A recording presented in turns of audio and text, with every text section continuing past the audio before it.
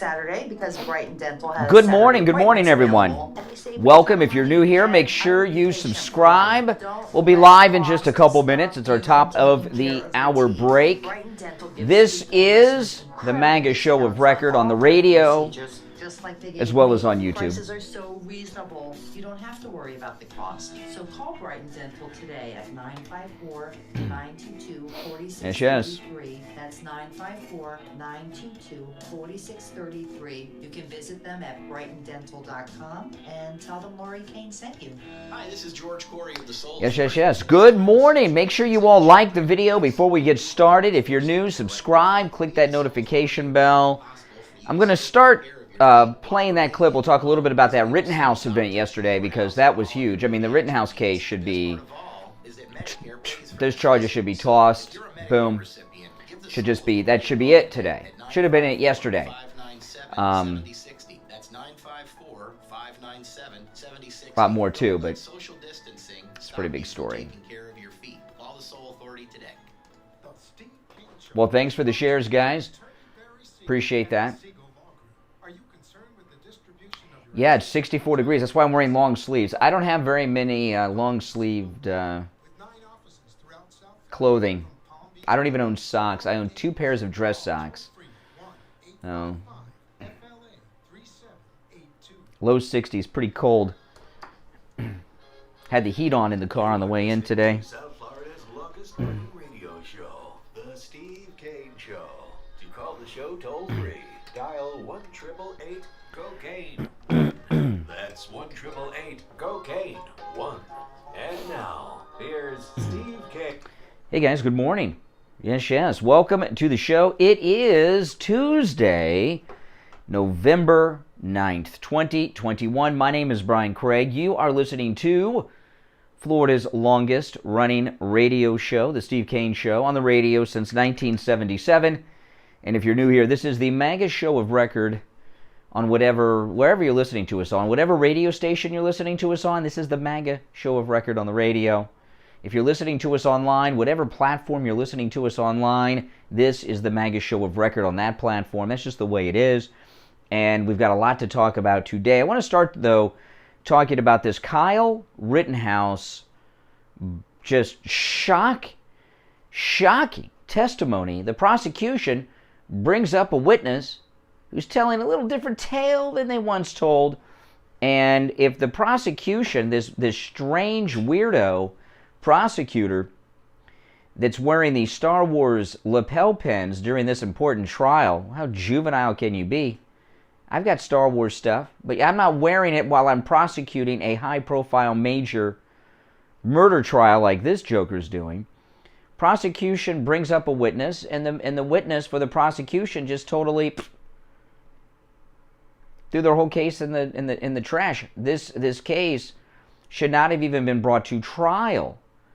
And the prosecution knew, but they didn't care because this is a political trial. You know, this era really started with Obama, with the political persecution of the great, brilliant Dinesh D'Souza, and the mysterious death of Andrew Breitbart. But this idea of political trials is the norm now from the liberal perspective. They think it's okay. And this Rittenhouse trial is not really being talked about in the media too much because it doesn't fit the corporate mainstream media narrative. Now, if this judge throws the case out, I heard a term yesterday I've not heard before, a direct verdict. This is new. Apparently judges, I guess, I don't know if this is true everywhere, but judges have an authority, even in a case at this level, to toss out the charges and acquit someone. I don't know if that's going to happen or not.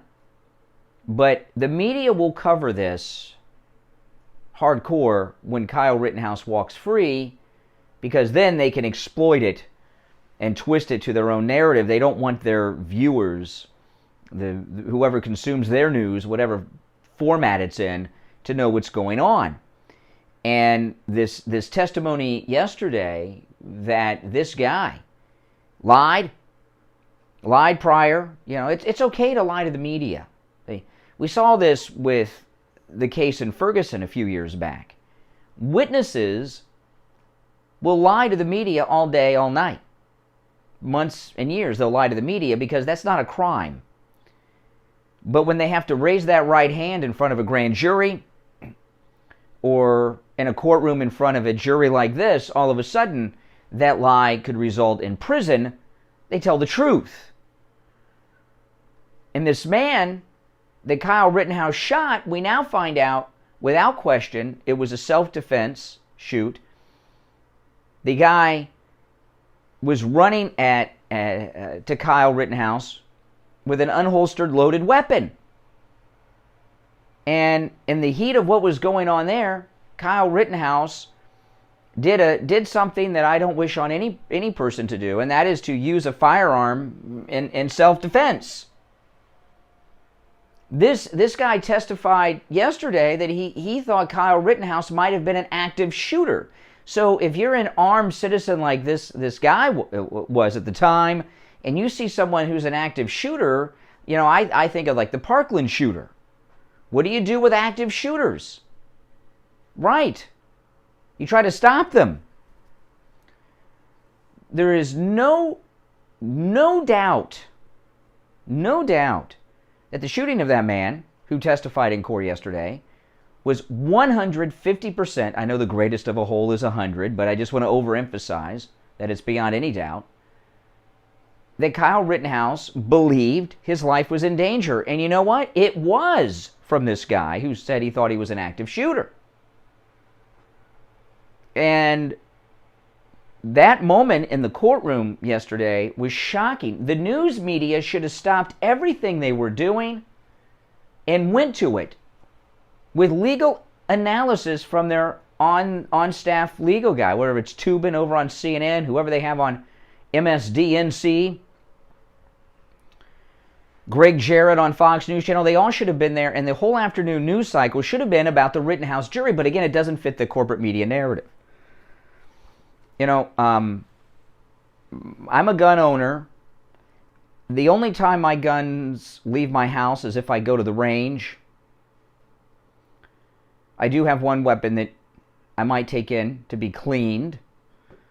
I do not have a concealed weapon permit. People tell me all the time, don't tell people that. Don't tell people that. No, I do not have a concealed weapon permit. And the reason I don't is I don't want to carry my gun around outside the house. I have weapons. The guns I have are two purposes. Some of them are guns that were handed down to me, belong to my grandfather. And some of them I bought, but mainly they're for home defense.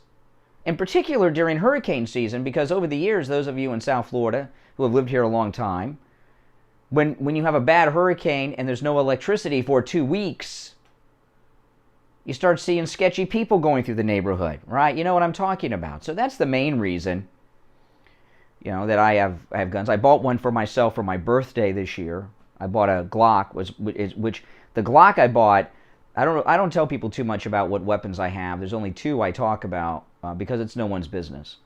But I bought a Glock 48, which is my first semi-automatic handgun I've ever had. I've always just had revolvers because that's what I grew up using as a kid, and just always felt more comfortable with revolvers. So I bought a Glock 48 this year, but I do not have a concealed weapons permit. I've been thinking of getting a concealed weapons permit because when you buy weapons, you know, I can go to the gun show and leave with a weapon if I have a concealed weapons permit. And because I don't, I have to wait. And that's always an inconvenience because when you buy a new weapon, you want to bring it home. It's all excited. I mean, you're all excited. You want to bring it home. You don't have to wait a week. You know.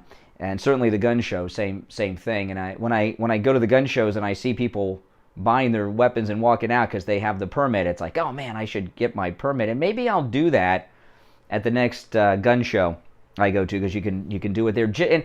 And I wouldn't carry the gun around because mostly it's because of the way I dress. In Florida, you know, it's a little chilly today. It's like 63, 64 degrees, a little chilly today. But in Florida, for the most part, I'm wearing T-shirts all the time. Rarely do I not wear a T-shirt, and wear shorts all the time, and it's difficult to conceal a weapon. And if you have a concealed weapons permit, your weapon has to be, you can't even see the bump on the hip in a shirt. It's got to be completely concealed, and you can get jammed up if it's not. And and the other reason I wouldn't carry a weapon, if I had to use a weapon in self-defense, who would I most likely be using it against? In self-defense, in a legitimate self-defense, a liberal-minded person. And God help me because of the profession I'm in. Can you imagine if I have a concealed weapons permit and I'm out and about and I'm getting robbed and I have to use my weapon in self-defense and the person is black? What are they going to do to me? Right-wing, conservative, radio, talk show host? I'd be done. And it's easy to have the bumper sticker, I'd rather be judged by 12 than carried by, I'd rather not be in that situation on either side of that. So I'm not into carrying weapons around. Okay? I never have. I've never carried. But it's a right that we have in this country, and I certainly support the Second Amendment of the United States Constitution. The Second Amendment in our Bill of Rights in the U.S. Constitution. And when someone has to use their gun in self-defense, even if they're wounding a person, like Kyle Rittenhouse was using his in self-defense, as was shown in trial by one of the people he shot's testimony, that's a tough thing that someone has to deal with, and this is something Kyle Rittenhouse will be haunted by for the rest of his life. I saw a lot of people's reactions online to this, some on YouTube, some on Twitter and other places, and when that witness testified, there was a lot of celebration. I'm not celebrating anything. I wish none of this ever happened. I want justice done, and things look a lot different today than they looked right after, because what we were given by the media in the beginning of the Kyle Rittenhouse incident was nowhere near the truth. One of the problems we have with the media, other than them just being left-wing biased and have a narrative, and they put facts in a way to package it to promote their liberal narrative, the other problem is media is too immediate today. When I was a kid growing up in the 70s and 80s, and they still use cameras, the news crews, local news, national news, they still use cameras with actual film inside. There was a delay before things made it to the air. And that delay gave them time to think, to work things out, to find out what happened. Now everything is so instantaneous. The media have stories out there on national television, have come to conclusions, sum the whole issue up, before the person who was shot has even been to the hospital sometimes. It's too quick. And immediately they crafted this narrative. People that are liberal are terrified of guns. And when they see someone like Kyle Rittenhouse with a AR-15, it scares them because they don't know guns. And I understand that. I mean, I've grown up with guns. There's never been a time in my life where I've not been around guns. Had my first gun when I was 12, a .410 shotgun that my grandfather gave me to go hunting with. But I've always had guns. But like my Glock 48 I bought for myself on my birthday in April. That was my first semi-automatic handgun, and it took me a long time to get a semi-automatic handgun because I never really felt as comfortable with a semi-auto as I did with a revolver. But I got over that. I got some training, used them, and I'm kind of no worries anymore. But liberals, they grow up in these big urban areas where there are not guns. They've never been around guns. They don't understand guns. So they're frightened of them.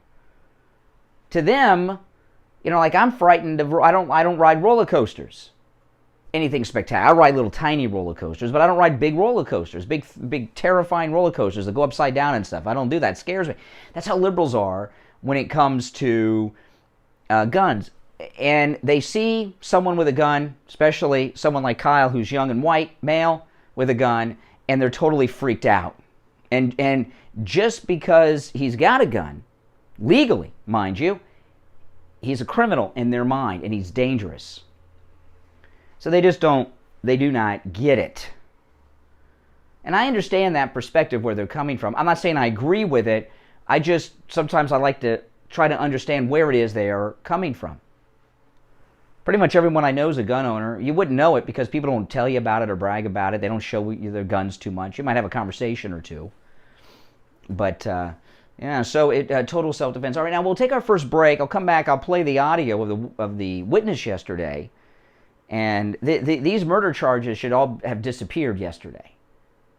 They really should have. We'll get into that when we get back. I also want to hear your calls, your thoughts on the Kyle Rittenhouse trial, the new developments in it in particular, at 1-888-GO-KANE 1-888-465-2631. It's a toll-free call from anywhere, 1-888-465-2631. We will be back right after this. Do not go anywhere. Hi everyone, Brian Craig here. I'm in studio with Scott from Cut My Kilowatts. Scott, when you install radiant barrier in people's attics, it saves them money every month on their electric bill forever. But right now you're offering a huge discount. Why are you able to save Steve Kane listeners so much on radiant barrier right now? Winter is just about upon us, and our guys are able to move really quick, really fast, really efficient in your attic. So if you need any work up in your attic, such as radiant barrier to cut your electric bill 30 to 40%, if you need insulation work, if you need duct work, now's the time to call. At this time of the year, because the attic's much, much cooler, the guys are just much more efficient. We literally get done with the work in like half the time that it normally takes when it's hot out. Because in the summer, literally, you can only work in the attic for maybe an hour at a time, then you have to take a break. So, there's a lot of people that have been looking at their big electric bills all year. Radiant barrier literally cuts the temperature in your attic 30 to 40%. It cuts your AC runtime in half. It lowers the temperature in your garage 10 to 15 degrees. A lot of people have their air conditioning starts up and the ducts blow out hot air. Good morning, everyone. Good morning. Radiant barrier, when it lowers the temperature in the attic and stops Does the he? radiant energy transfer from heating up the ducts, it stops all of that. Take advantage of those huge winter discounts right now. Save money every month on your electric bill forever. 954-939-1500. 954-939-1500. No matter where you are in the state of Florida, from the Panhandle to Key West and everywhere in between, give them a call. 954-939-1500. Online, cutmykilowatts.com. Hey guys, Brian Craig here. I have the MyPillow slippers at Mike Lindell. He's right. These are the most comfortable slippers I've ever worn. And you can get them for 40% off at MyPillow.com with the promo code KANE, K-A-N-E. One of our listeners called in on the air and told us about his experience with the MyPillow My Slippers. Brian, I have the MyPillow slippers, and I have neuropathy. These are fantastic slippers.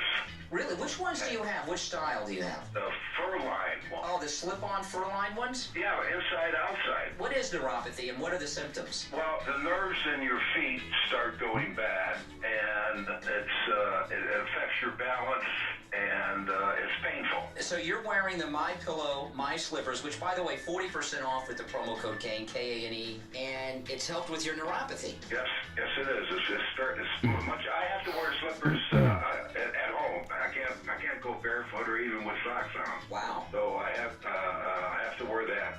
And I also have the MyPillow pillow and the MyPillow mattress topper and the. That mattress topper is unbelievable. Yeah, you guys on YouTube, I have a link Oh, man. pinned to the comments in the video here By the way, when you to our super low specials that Mike Lindell gave us. The link's right there. 30% off the MyPillow mattress topper. Those are the lowest prices you'll find on any of those products there. In fact, you get 50% off the slippers, 50% there off the mattress topper at that link. Check out KANE at MyPillow.com or call 1-800-716-4879. 1-800-716-4879. Steve Kane Show. Promo code KANE, K-A-N-E. Listen to the Steve Kane Show on iHeartRadio. Just search for WWNN. All right, welcome back, everyone. I'm Brian. It's the Steve Kane Show, Florida's longest-running radio show. So let me just go over, before we go to the calls, hang in there if you're on hold, about yesterday's events in the Kyle Rittenhouse trial. Gage Grosskreutz testifies that he was shot after he pulled his gun on Kyle Rittenhouse. He was questioned, and this was the question: And once your firearm is pointed at Mr. Rittenhouse, that's when he fires his gun. Yes? That's what the defense attorney asked. Grosskreutz replied, yes. During Kyle Rittenhouse's trial on Tuesday, during which Gage Grosskreutz testified, it was revealed that Grosskreutz, one of the 3 men shot by Kyle Rittenhouse on the night of August 25th, 2020, was only shot after he pulled his gun on Kyle Rittenhouse. The defense showed video of Kyle Rittenhouse running away from people advancing on him and asked Grosskreutz if he was one of those chasing Rittenhouse. Grosskreutz said that he wasn't chasing Rittenhouse, but that he was moving towards Mr. Rittenhouse. He was asked by the defense about how he approached Kyle, who was down the street. Grosskreutz had his hands up, as he was, the defense noted, moving your front foot, and you were moving towards Mr. Rittenhouse at that point. Grosskreutz agreed and said that he was, at that point, 5 feet away. At this point, the defense asks, you're holding a loaded chamber Glock 27 in your right hand. Grosskreutz confirms that this is correct. So he had a loaded Glock in his hand, and that he was advancing towards Rittenhouse, who was seated on his butt on the street. You're moving forward, and your right hand drops down, the defense describes, saying that Grosskreutz' hands were no longer raised at that point, and that the gun was pointed at Mr. Rittenhouse. You agree your firearm was pointed at Mr. Rittenhouse, the defense asked. Grosskreutz agreed with this assessment. And once your firearm is pointed at Mr. Rittenhouse, that's when he fires his gun. Yes, the defense asked. Grosskreutz replied, yes. Wow, that's it. That's it. Self-defense. I mean, that's textbook self-defense. The defense attorney walked through and this was really a tragic accident, because this guy believed that Rittenhouse was an active shooter. Had something to do with how he reacted, but it was an accident. The defense attorney walked through the photo of that fateful moment when Grosskreutz asked him what Exhibit 67 showed. Grosskreutz replied that it showed his bicep being vaporized. And it's being vaporized because you're pointing your gun directly at him, yes? The defense asked. Grosskreutz replied, yes. So the man who was shot in the bicep is saying that Kyle Rittenhouse, that was an appropriate reaction and a good shoot on Rittenhouse's part. This is just historic testimony. So when you were standing 3 to 5 feet from him, your arms up in the air, he never fired? The defense attorney asked. Grosskreutz confirmed, correct. It wasn't until you pointed your gun at him, advanced on him, now your hands down pointed at him, that he fired, right? Correct, Grosskreutz confirmed. Earlier in his testimony, Grosskreutz confirmed that he saw a mob advancing on Kyle Rittenhouse and had approached him with his gun drawn. Woo! Wow. I mean, that's some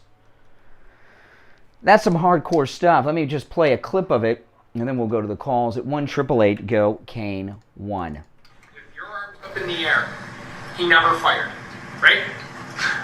Correct. It wasn't until you pointed your gun at him, advanced on him, with your gun, now your hands down, pointed at him, that he fired, right? Correct. Wow. That's it. Case closed. And, the prosecution, there should be some investigation done of the prosecutor. At what point did he know this? And he still went to trial with this, charging this guy? This guy should be investigated, the prosecutors in this case. Now, I know it's a tragic accident. Tragic accident. And I saw people online yesterday celebrating when this testimony came out. This is not something to celebrate.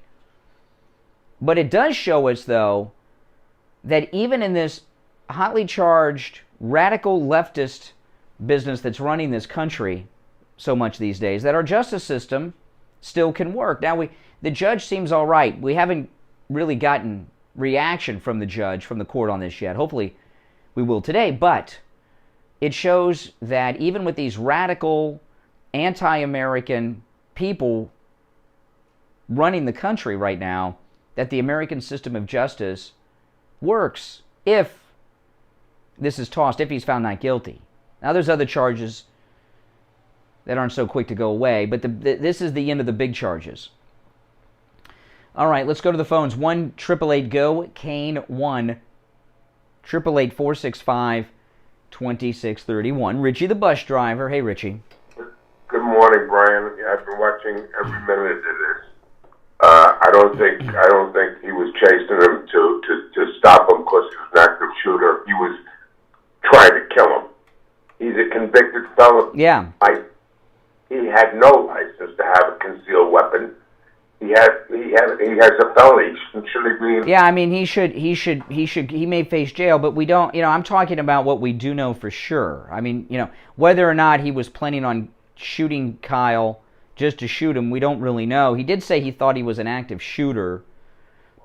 But he changes with every. In fact, this is an interesting. This just occurred to me. Let me see. You're following this so closely. I wonder if you've seen anyone speculate on this. This guy here, now he's a convicted felon. Convicted felons under federal law are not even allowed to possess in their hand a weapon, right? A gun. If he's the spark that started this, is he the one who should be on trial for multiple felony murders? Are all of these people dead because this witness, who's a convicted felon, had a gun illegally that led to a series of events that got multiple people shot? Is he the one who should be on trial for murder? Well, I know one thing. He didn't cooperate with the police, and the police I can't believe how. Well, didn't he lie? Did he lie to the police? Has he? I know he's lied about what happened, but did he lie in the police reports? He did on all three. So each one is a felony count. No gun. He claimed everything happened and he got shot, and he didn't tell. In the report, he left out that he had a gun. Illegally. No, any kind of gun. No, I mean, if he's a felon, he can't. If he's a convicted felon, unless he's gotten his civil rights reinstated, he can't possess a firearm, which I doubt that he's done. In the police report, he left out the fact that he had a gun. Yeah. That he was pointing at Rittenhouse. He left that out. He said he was basically shot for nothing. Yeah. And when they went to question him again, he wouldn't talk at all because he lawyered up with some legal lawyer, some woman that was sitting there that says that they're going to sue the city of Kenosha for $10 million. Mm-hmm. Wouldn't even answer any questions about guns or anything. He completely shut down. Well, then all the new videos come out, and he's done too. If the prosecutor was a decent person, the guy wearing the Star Wars lapel pin with his looking. I have to stop you. There was it's on YouTube. The original lawyer, the guy that got Carl Rittenhouse, he was a lawyer for what's his name? The guy on Culture Wars or on TV. What's his face? The heavy guy that everyone says is crazy. Alex Jones. He was a lawyer for Alex Jones. He volunteered. Yeah. Yeah, Dream Team. Listen, so he says this prosecutor leaked for over a year to the press on purpose to poison the jury pool. Well, this prosecutor, let me tell you, this case is so bad, this prosecutor could end up behind bars. Because this prosecutor, to me, looks like he was suborning perjury with these people, and this is some bad stuff. But this witness yesterday very well could be facing murder charges. Could be felony murder charges. Yeah, I mean it's really, and that guy is a member of some kind of revolution against the United States, and then he denied it. Then he said, well, he spoke as a speaker, and then he said, well, he's affiliated with them. I mean, he was all over the place. Well, he's obviously scared to death, or he would not have changed his testimony so much. You know what I mean? He's busted. He's afraid. But he did tell the truth yesterday. Now the question is, what will the judge do about this today? And now they're talking about reckless endangerment and drop the charges of murder. Yeah. They call this thing I've never heard of before, a directed verdict, where the judge can render a verdict even with the jury. Throw it out and say, this is a ridiculous case, you never should have... Yeah, but the judge needs to, if he's going to do that, he has to do it in a way where the prosecutors can't come back at him in another court. in town or something with some other charges related to the shootings. And I wouldn't put it past Gorsuch, or I'm sorry, not Gorsuch. The Attorney General. I forgot his name now. The guy that says we're domestic terrorists. Garland. I wouldn't put it past Garland if Rittenhouse gets cleared in this by the judge, as he should, not with this prosecuting witness yesterday. The Attorney General could very well go after Kyle Rittenhouse with federal charges, just like Bush 41 did with the LA cops after they were acquitted. People haven't watched the trial, but I have to say this to you. You mentioned something about the things that's going on in this country right now. It all has to do with Merrick Garland having these people in jail without a trial, in solitary confinement, 1 meal a day in the dungeon down there, and that's political. Candace Owens says we're watching, last night she was on Tucker, she said we're actually watching the transformation of communism in this country, and we better wake up. Well, the problem is with what's going on, with the DC Gitmo situation, with and all this stuff. Even if you listen, these people that are being held in the Capitol breach, their civil rights have been violated. They've been violated. Everyone in this country is presumed innocent until proven guilty in a court of law, and you have certain rights, and they've been denied.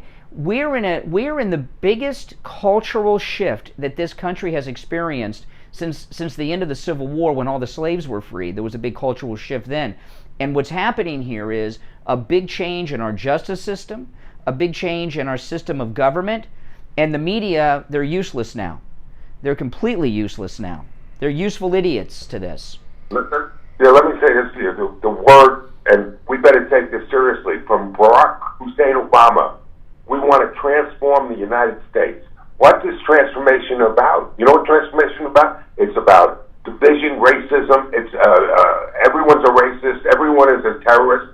This is a takeover, and I'm convinced, because they're dumping the energy. They're doing everything to bring this country down. It's so obvious now that who's in the White House doesn't have his brain in his head anymore. It's total chaos. And we have 15 Republicans going along with the ruination of this country. You're going to see with this bill passing what's going to happen, that we are in real bad. Yeah, and I know the market's up, so people get excited.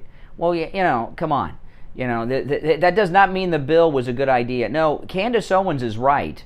I didn't catch her on Tucker last night, but what you're telling me she said is right on the money. It's not really a communist takeover. The Democrats began the insurrection of the United States when they fired on Fort Sumter, and it never ended.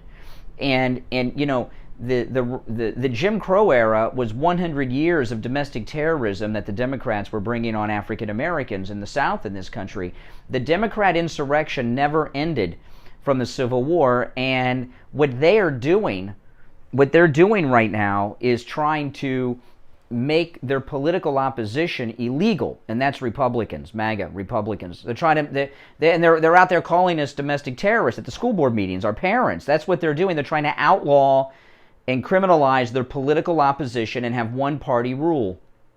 Obama basically said out there, he was at Paris, the thing he had in Scotland with this global warming, we have a problem with one party, the Republican Party. Mm-hmm. We have a problem that everyone won't bend the knee to us, and that there are people that don't agree with us. That's right. And what they're doing is they are criminalizing political opposition, and they feel very justified in doing this. And sadly, Democrats, most people that are, I'm not talking about members of government, I'm talking about rank and file people that are listening.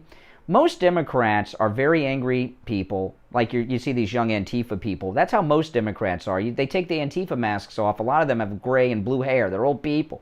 They're very angry. They hate men. They hate Christians. They hate whites. And they're the modern day stormtroopers is what they are. And I don't mean the Star Wars kind. I mean the Nazi stormtroopers. Somebody that calls that hit it right on the head. And this is on purpose. This is a destruction of our country, from energy all the way through to immigration. Mm-hmm. Yeah, but I'll tell you, this Rittenhouse case, the next couple of days are very important for everyone to follow the Kyle Rittenhouse case.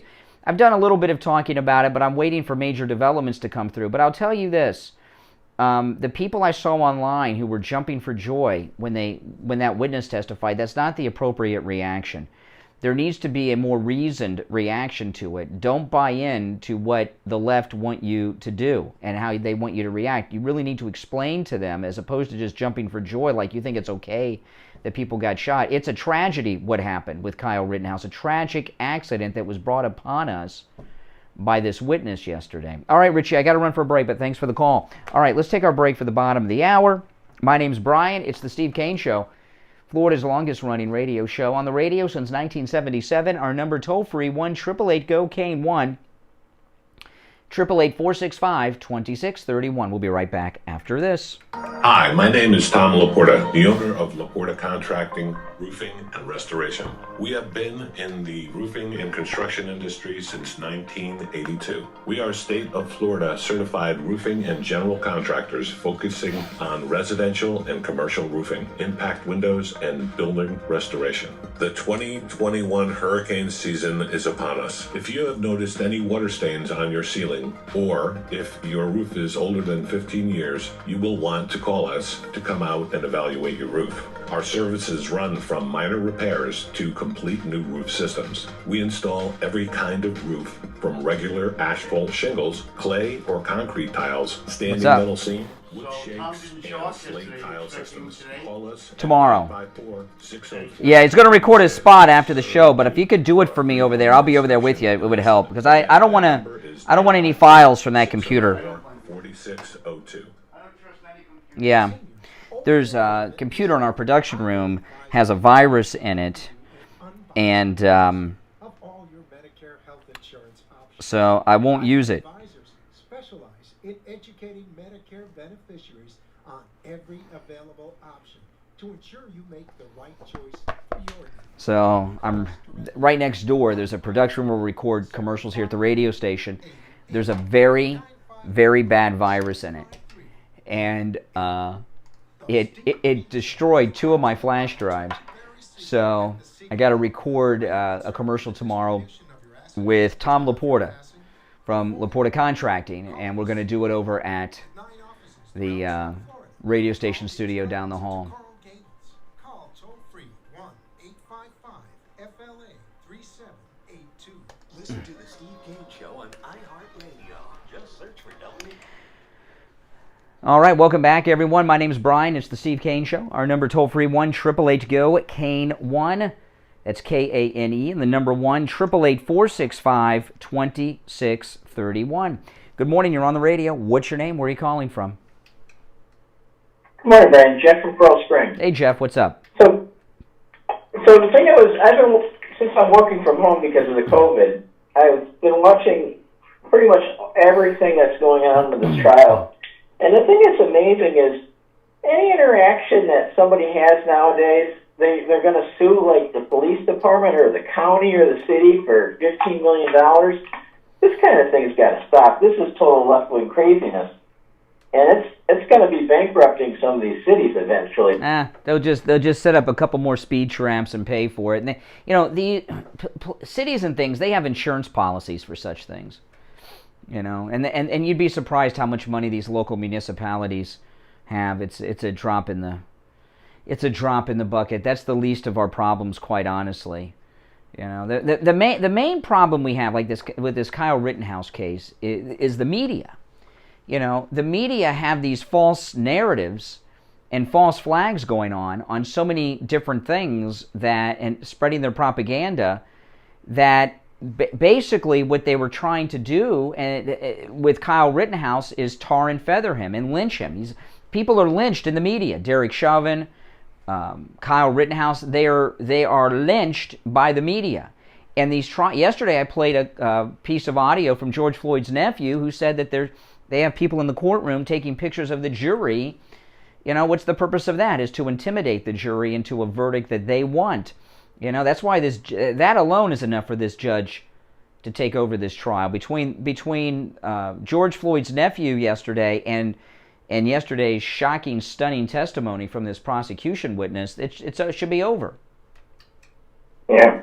The thing is bad is that Merrick Garland's going to kick this up, and he's going to, once Kyle gets off, he's probably going to bring federal charges.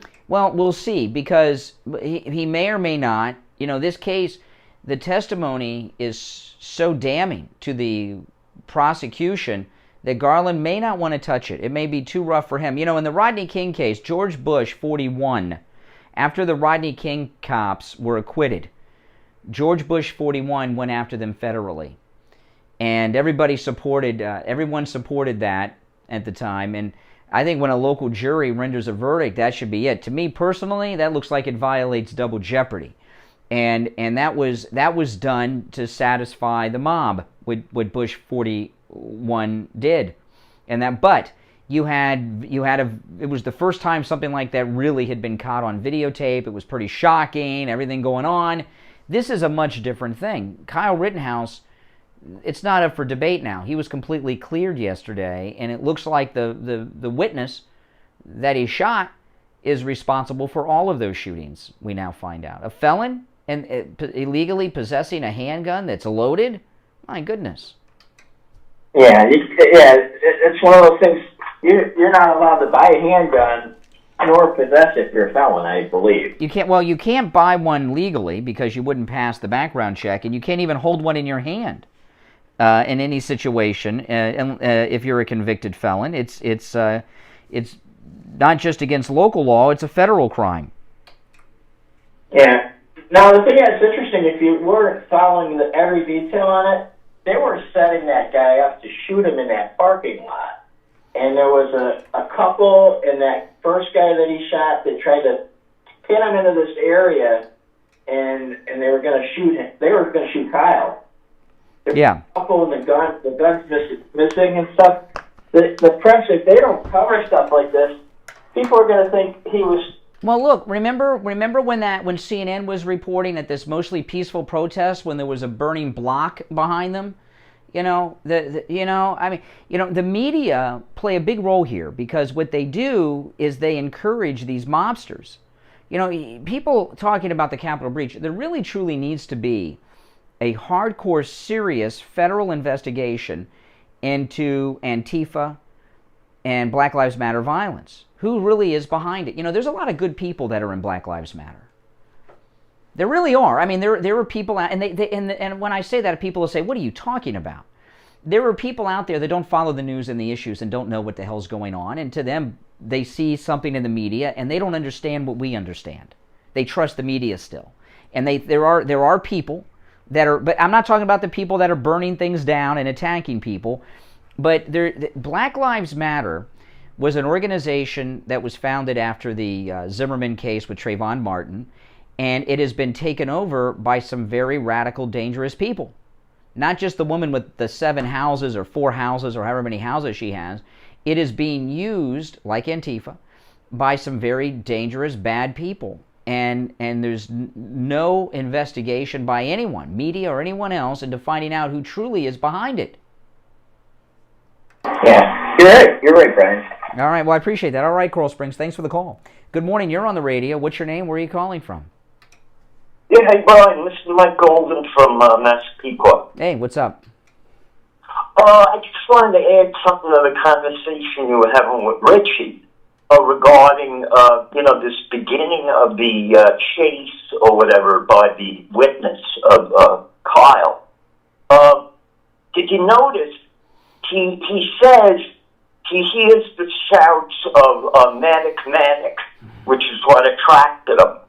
So he's heading towards where the first shot's fired, and he sees Kyle. So now he's heading still towards where the injury had occurred, but then he decides he's going to follow Kyle, and then he turns and follows Kyle. So he's no longer acting as a medic. He stopped being a medic when he's changed direction away. Well, you know, this guy, depending on what media account you follow, sometimes they call him a paramedic.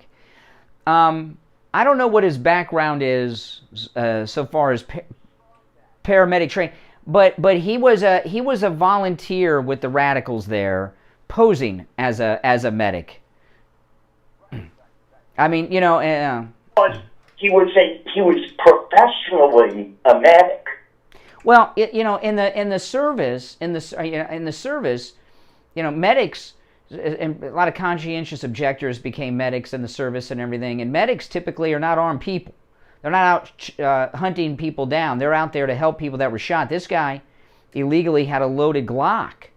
I mean, at no point was he really a medic. He was a soldier every moment that he was out there.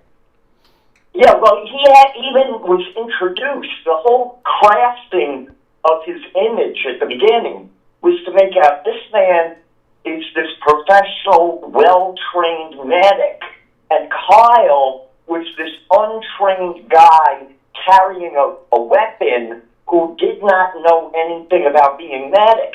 They didn't even introduce him as he was involved in the... He was just introduced as like this professional guy who's giving... the medic thing was his cover. Right.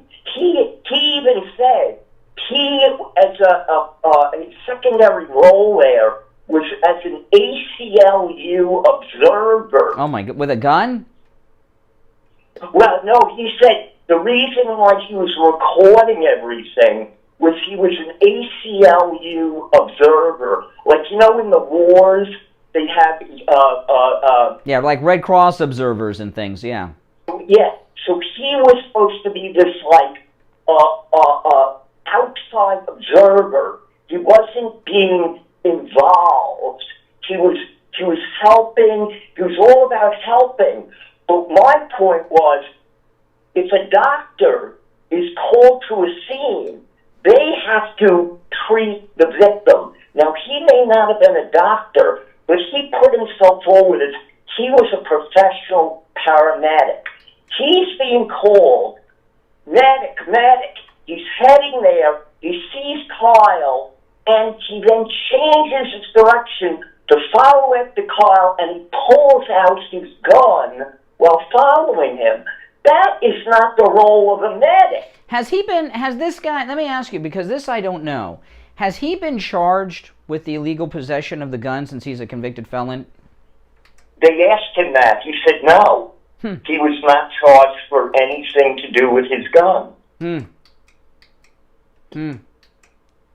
Because they're saying this, what is this new law there, where if you're a victim, you're not treated the same. So they're proposing him as a victim. Yeah. Than being Kyle. No, he's the... It seems... Now, again, I could be wrong, but it seems to me, as you put everything together, he's the spark that started it all. That his illegal action of having that Glock illegally put everything in motion that happened with everyone getting shot.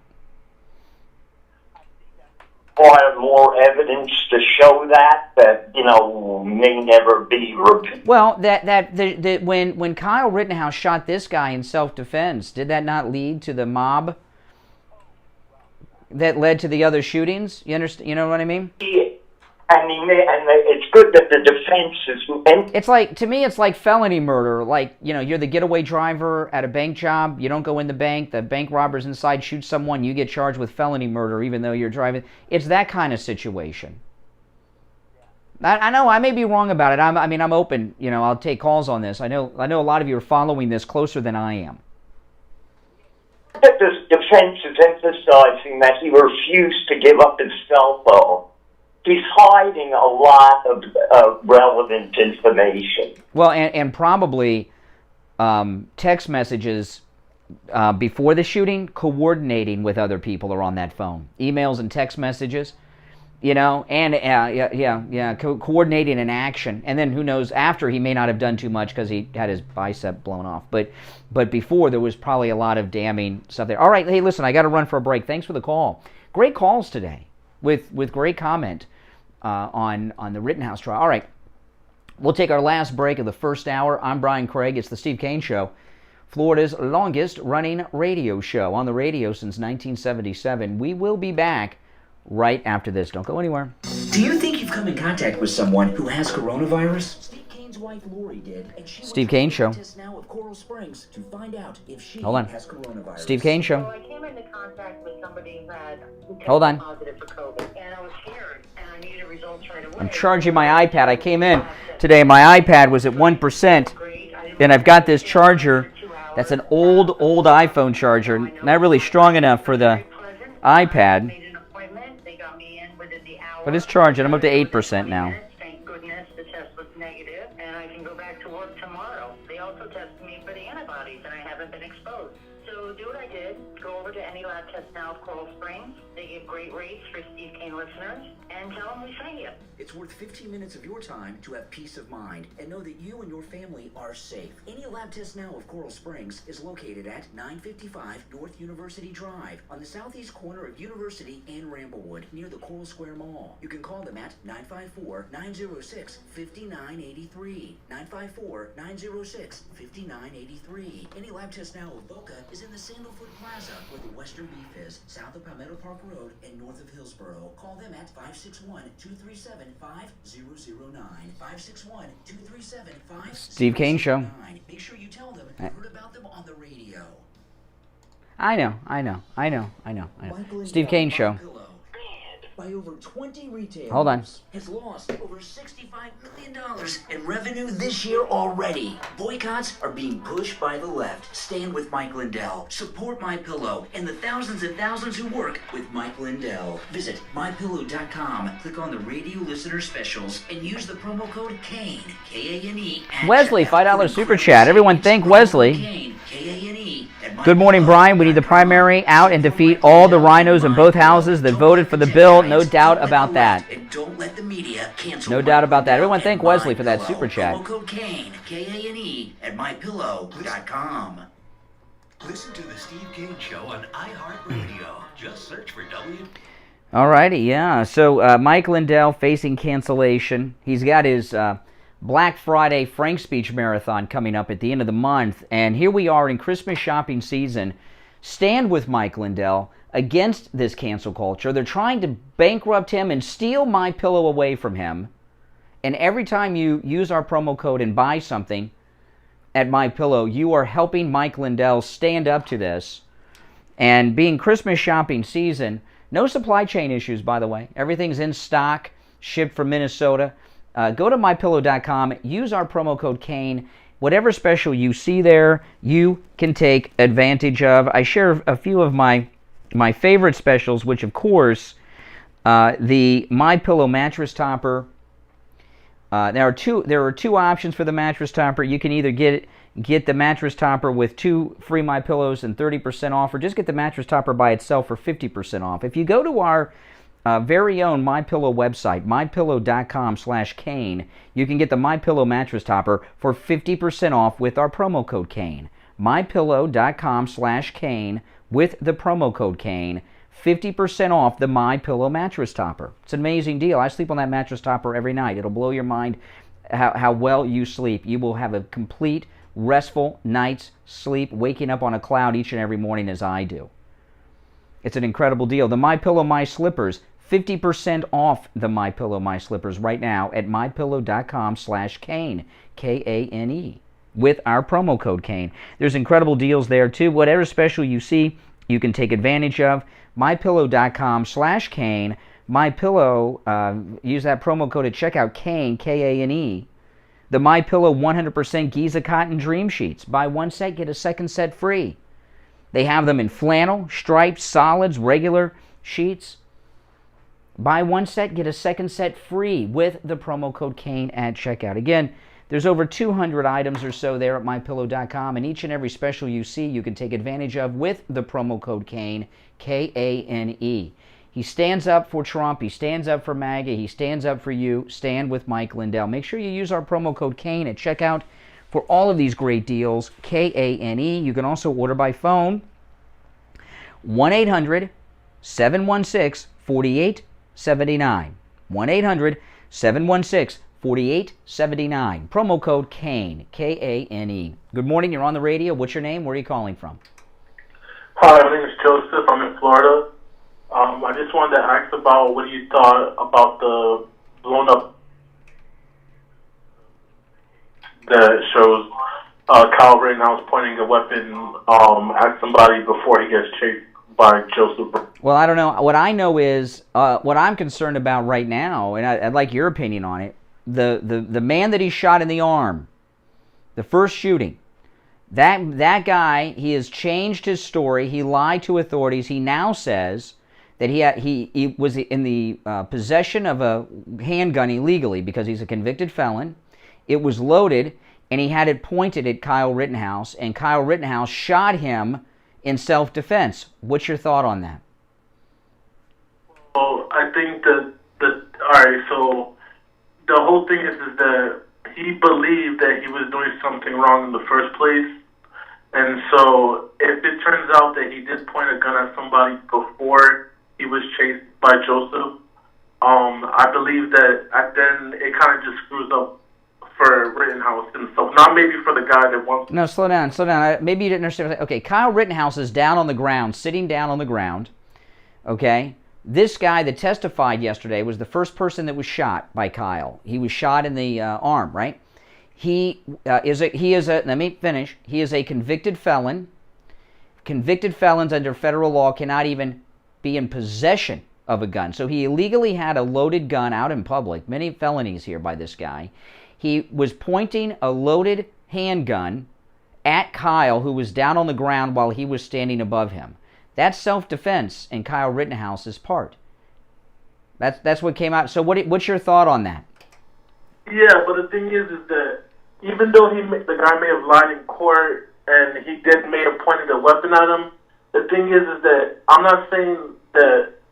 Well, really, my biggest point is that if it does come out that Kyle Rittenhouse did actually do something before he was chased, and that may have gotten him chased in a way where it would be justified, or not even justified, just maybe just looks bad, might screw up his self-defense. Not at all. Not at all. I mean, when you have the first man that he shot saying it was when the first man that he shot says that Kyle Rittenhouse shot me in self-defense, that clears Kyle Rittenhouse. About that specific person might say, yeah, he was trying to attack him. He wasn't scared. Or let's just say he said he just outright. I mean, at this point, Alec Baldwin's more likely to go to jail for shooting someone than Kyle Rittenhouse. Well, yeah, I'm not saying that Kyle doesn't have a good self-defense. I'm just saying that if it turns out they've got an image of Kyle pointing his gun at somebody before the first shooting, screw up for Kyle. I'm not saying that he did anything in self-defense. Yeah. It's just gonna. What do you think about? Let me ask you, and I'm doing some, because I don't know you. You're new to the show. You haven't called before, so I'm making some assumption. I don't know anything about you other than you're African American in Florida, right? I'm Hispanic. Oh, you're Hispanic. Okay, you're a minority. Though you're a minority. Do you fall on the left or the right politically? I can answer a few questions because I don't fully understand which side is which. Okay, Trump is the right. Biden and Kamala Harris are the left. Which side are you on? Well, I would say I'm like more in the middle because I wouldn't vote either way on like. Did you vote last time, or are you not old enough? I didn't actually vote, but I was leaning towards Trump if I did vote. Why didn't you vote?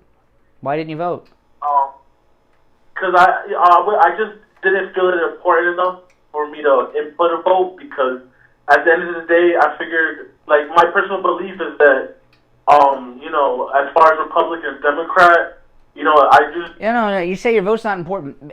You sound like a young guy. How old are you? 29. Okay. In 2000, in Florida, George Bush versus Al Gore, George Bush won the presidency of the United States on about 150 votes in Florida. So this idea that your vote doesn't count, every vote counts. Every vote counts. Every vote's important. And when you don't vote, you're voting for the other guy. You know what I mean? So think about that. 150 votes or so determined the presidency of the United States in 2000.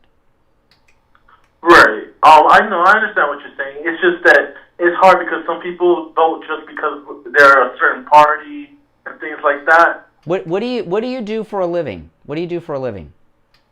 Right now I'm a security guard. Okay, you're a security guard. So you got a job, you're making a living, and you pay taxes, right? Here you've got the Democrats. The Republicans fight for you to keep as much of the money you earn as possible. Democrats are always looking to raise taxes and take your tax. I mean, think about this. Here you are working hard as a security guard, which is tough work. And here you have Joe Biden's going to give $450,000 to illegal immigrants into this country, each. I mean, how long would it take you to save up $450,000? Yeah, it sounds insane.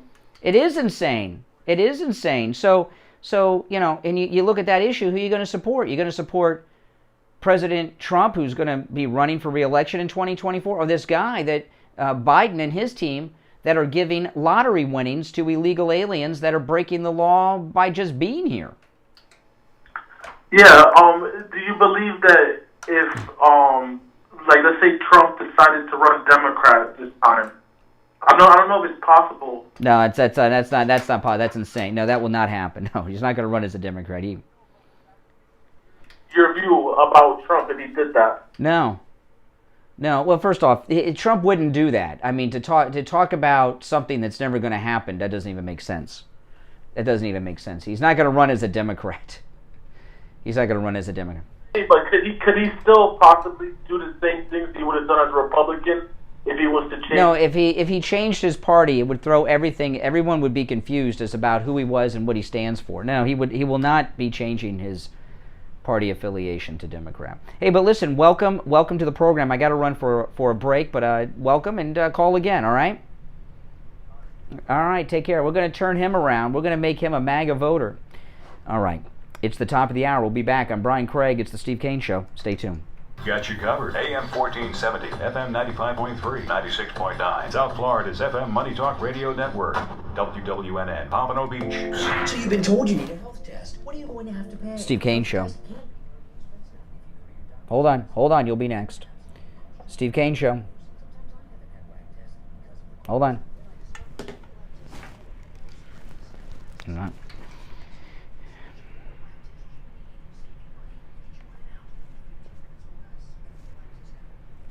Yeah.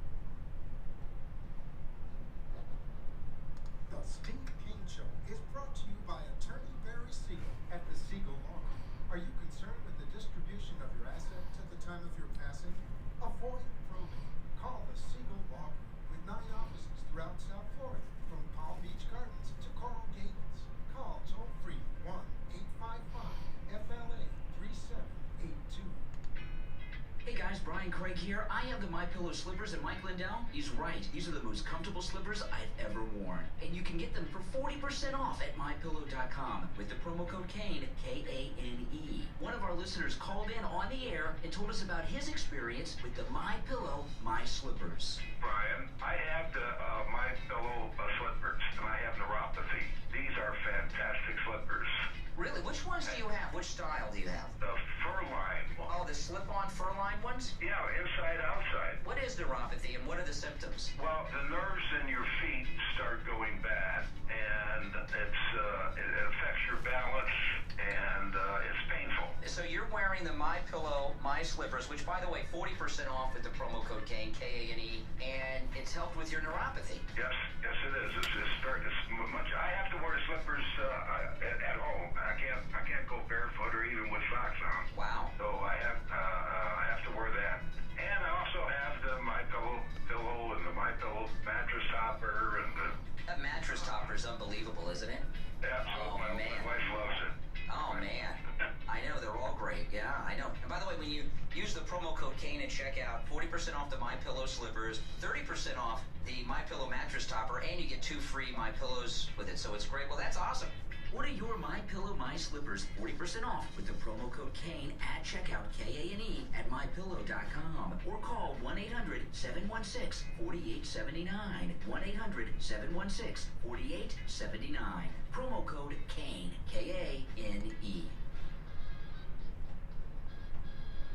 You are listening to South Florida's longest-running radio show, The Steve Kane Show. To call the show toll-free, dial 1-888-COCAINE-1. That's 1-888-COCAINE-1. And now, here's Oh, man. Steve Kane.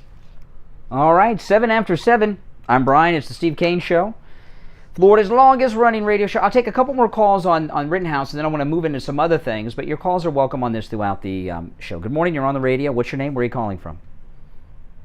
Hey, Brian. Mike from North Dakota. Hey, Mike in North Dakota. What's up? Hey, so a couple things from what I listened to Richie. So yeah, the guy is a convicted felon, but also he had a concealed weapons permit that had expired already. He claims that he did not know until after the fact that it had expired. So, well, did he have his civil rights reinstated? I haven't heard anybody. Did he have his? There are rare situations where convicted felons have their civil rights reinstated. Did he go through that process? Nah, so I would assume no. You know. Now listen, this guy here. He was the third person shot.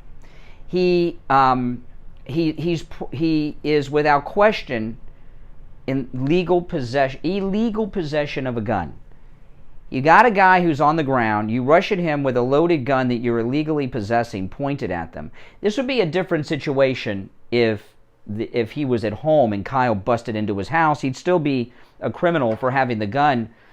Because a convicted felon can't even have a gun for home defense, but at least you can make a case it was self-defense. He was the aggressor in this situation. He was a self-appointed cop. Yeah, well, the defense attorney it was comical because he said that he wasn't the aggressor. He didn't chase after him. So the defense attorney elementary schooled him as okay, so let's go step by step here what you did. Yeah. Basically was like, okay, see, you came up on him, you didn't have the gun, he pointed the gun at you, you put your hands up, he pointed the gun down. And then, the next thing you know, you pull your gun out, you point it at him, then he shoots you. Was that in self-defense? Mm-hmm. And he's like, yes, it was. Yeah. And then, the other caller already mentioned that there was a $10 million lawsuit. And the defense attorney said, everything depends on this case, doesn't it, for that lawsuit to happen? And he said, yes. He also said, Gage said, before all this, was Kyle murdered that guy. Came out and said that, and the judge said, that's not for you to decide, that's for the jury to. Correct. So, and even on the scene, it's not for you to make an assumption like that.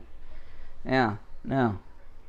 Into Kyle all throughout the night, in a sense, because Kyle was walking down saying, medic, anybody need a medic, anybody need a... Well, this is why, my friends that are gun owners, and including myself, I don't venture out with my guns, and if you do, you're going to get yourself in trouble when you go to a situation like this. Even if you're in the right, you're going to get yourself in trouble. No good comes out of these things. And that's why, I know we have our rights, and I support our Second Amendment rights, but we have the right to do a lot of things that aren't smart to necessarily do. And my weapons are at home for home protection. That's what my guns are for, and I don't venture around with them. I mean, the last time, this is what happened to George. This is what happened to George Zimmerman here in Florida with Trayvon Martin. He's traveling. He was a legal gun owner and he had a concealed weapons permit. But that a lot of times people have guns and it escalates into something. It doesn't mean that the shooting is a bad shoot. But what it does is it turns up the heat in a lot of situations. And when you have domestic incidents happening in American cities last year, as a civilian, it's best to leave it up to the police and not become part of a citizen patrol. Even though you are totally legal and everything's legal and on the up and up, it's still not smart. I mean, that's my opinion. I mean, Well, so everything stemmed from them. Well, how about the fact that Gage, I don't know if anybody ever saw this, towards the end of the trial yesterday, the defense attorney brought up there was a Twitter post or a Facebook post that Gage had posted, and then it was taken down right away, but not before Gage's lawyer saw this. And essentially what it was Gage and his roommate, well, it wasn't his roommate, but his friend, who went and visited Gage in the hospital just after he got out of surgery for his arm, posted this thing and said, the only regret I have is not unloading the clip into that guy. Oh, my goodness. Oh, my goodness. Yeah. Asked him that on the stand, and he said, no, I didn't do that. I didn't. So what do you think? Now, let me ask you, not what you hope happens, what you really truly think will be the conclusion of this trial. What do you think? You're following it very closely, so what do you think that will happen in the end? Not what you want to happen, what you really think could happen. So I'm a criminal justice major, and everything that I see is self-defense from my point of view.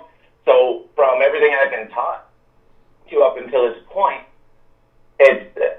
I honestly don't see, and the only thing I can see that happens to Kyle is unlawful possession, because he is a minor in possession of a gun that he can't legally own because he couldn't have bought it. Yeah, you have to be 18 to own You have to be 18 to own a rifle.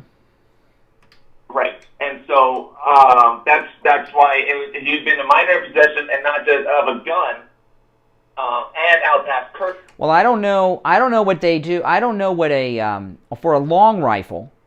I don't know what typically a minor receives as a penalty for that.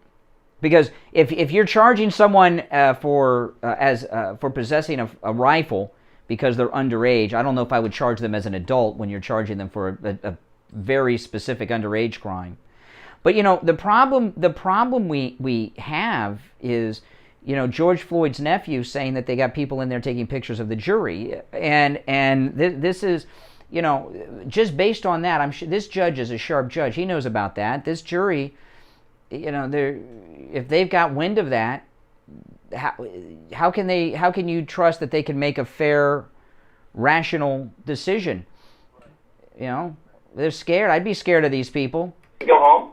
I'm not sure if they're sequestered or not, but I would be terrified. And some people say, well, there's no way they're taking pictures. Even if they're not, and the nephew of George Floyd is bluffing, that's still jury intimidation. That's a mob tactic. And not just that, it was, well, and you can hear, I don't know if you watched some of it or not, but you can hear cell phones going off in the courtroom. Yeah, so it's very, very possible. Yeah. And I noticed the media really are not carrying this trial because they know what's going on and it's not fitting their narrative. And if it doesn't end up in convictions, they'll be carrying on about injustices, and they'll run with that narrative. Right. Well, that's just it. They're going to carry on with it's an injustice that this happened. I mean, they had this guy that was. Well, okay, so we're crossing this shooting off. This shooting is without question self-defense. What about the other two? From what I saw was they were all self-defense. They were chasing him. The FBI had a photograph, had a drone plane in the air recording this happen. Okay, and it showed they were chasing after him. Kyle wasn't chasing after those guys. They were chasing after him. And so this whole thing of Kyle chasing after them to shoot them, no, that's not even true. That's not even remotely true. It was Kyle being chased by them. Kyle was going behind. They're lighting stuff on fire, lighting cars on fire. He was actually going behind them with a fire extinguisher, trying to put out these fires that they were starting, and then they happened to chase him. Yeah. So we've got self-defense in all of them. And, you know, the thing, though, I have followed over the years many a trial, and when you see, like for example, here in Florida, Casey Anthony, I couldn't believe she was acquitted. That was insanity. You never know what a jury is going to do. And when I've ever seen on some occasions, after a high-profile trial, there'll be a press conference and interviews with members of the jury, and the things that the jury take away from what we watch on television, most of the time are totally out of left field from what we're concerned about. So when this goes into the jury room, you never knew what that jury's going to do. They could easily come back with a conviction on him. Right. Well, here's a quick thing, too. The first guy that got shot, that got killed, right? He was just released from a mental hospital. But the jury doesn't know that because the state attorney, and by the way, the state attorney is just the assistant. He is not the state attorney. He's just the assistant state. Well, that's typical, though.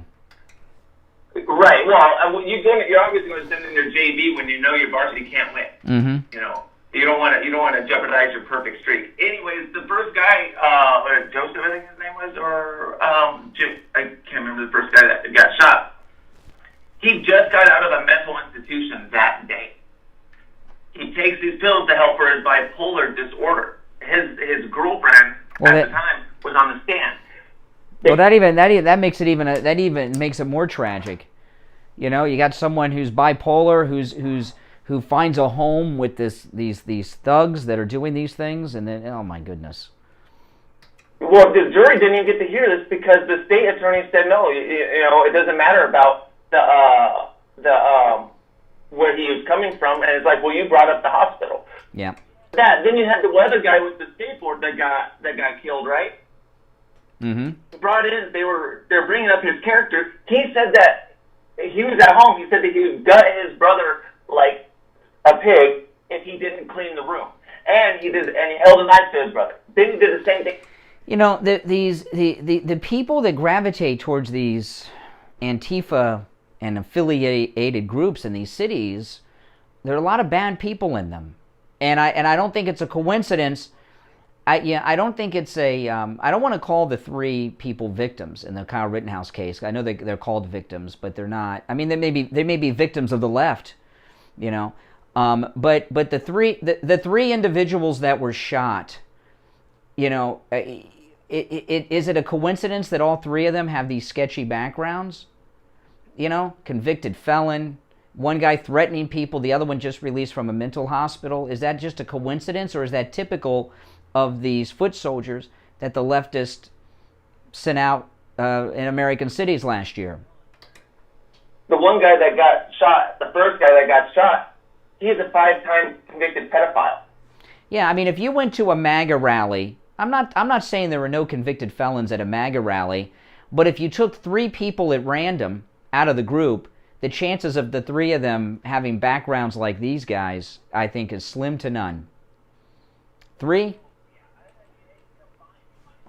Combined, but you'll never find that. You know, maybe you find that, maybe, because there have been people that I know that are. Yeah, but if you pick 3 people at random, if you pick 3 men at random out of a MAGA rally, a Trump rally, what are the chances that all 3 of them have sketchy backgrounds like this? Come on, almost zero. Less than 0.5%. Yeah. So there's something to be said about this. Hey, listen, thanks for the call. Good information. All right. If you're on hold, stand by. Phone's very busy this morning. I do have to take our first break of the second hour. It's 20 minutes after the hour. I'm Brian Craig. It's the Steve Kane Show. We'll be right back. This is Brian Craig. I've been telling you about the great deals and incredible customer service at Friendly Tire on both new tires and used tires. One of our listeners, Antonio, went to Friendly Tire and called to share with us his experience of buying used tires at Friendly Tire in Margate. Good morning. You're on the radio. Yes, Brian, I want to give you a quick testimony about the tire place up in Margate, Friendly Tire. Friendly Tire, everything you said it would be, man. My whole family's going for now, man. Everything you said it was going to be, man. I appreciate you for that, man. And Mike's a great guy, man. Well, what's your name? Antonio. All right, Antonio. Hey, I'm glad we could save you and your family lots of money on tires at Friendly Tire. Oh, no doubt, man. Thanks so much, man. Do what Antonio did. Stop into Friendly Tire and find incredible deals on both new and used tires. Give Friendly Mike a call right now. 954-977-9445. 954-977-9445. And Mike will give you a quote right over the phone. 954-977-9445 for Friendly Tire in Margate. Hi, this is Lori Kane, and I want to talk to you about Dr. Gupta at Brighton Dental Care. I just love Dr. Gupta. I've been seeing him for around 3 years. He always has time for me. He never does unnecessary work, and his prices are very affordable. And if you need implants, go see him because he has the best prices around. Let me give you the number. Write it down. It's 954-922-4633. That's 954-922-4633, BrightonDentalCare.com. He's just the best.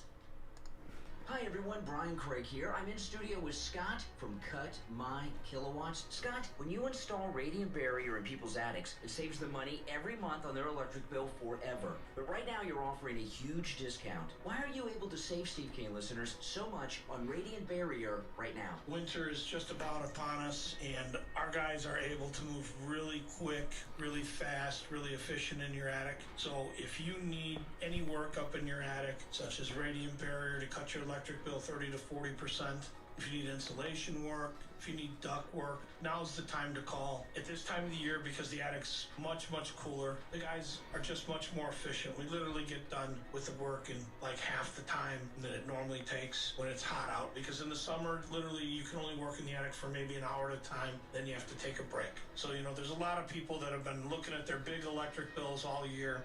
Radiant barrier literally cuts the temperature in your attic 30 to 40%. It cuts your AC runtime in half. It lowers the temperature in your garage 10 to 15 degrees. A lot of people have their air conditioning starts up and the ducts blow out hot air for the first couple minutes.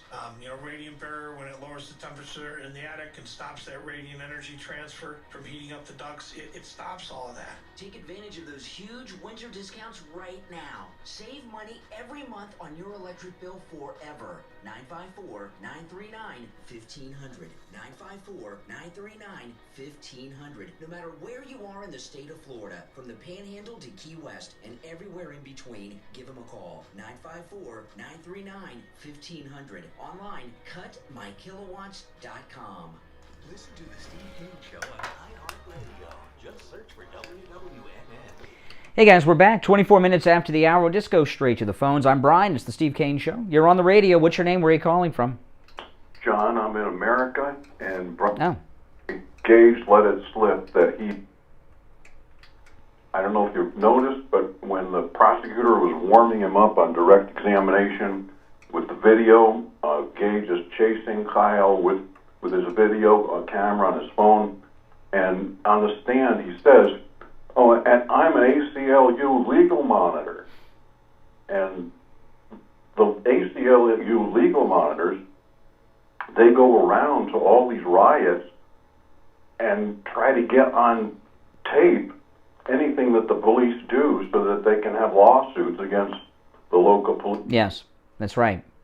Did anybody else hear that? Yes.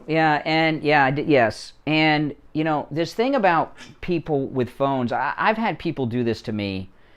The left use phones as an intimidation tactic. I know it seems non-threatening, but when you have someone filming you that's a liberal activist trying to cause trouble, it's frightening. It feels like you're being violated, and they go around looking for trouble. And when you're looking for trouble, you find ways to cause trouble. Has a picture of it in his book of an ACLU legal monitor standing, pointing the phone at a bunch of demonstrators trying to provoke the police.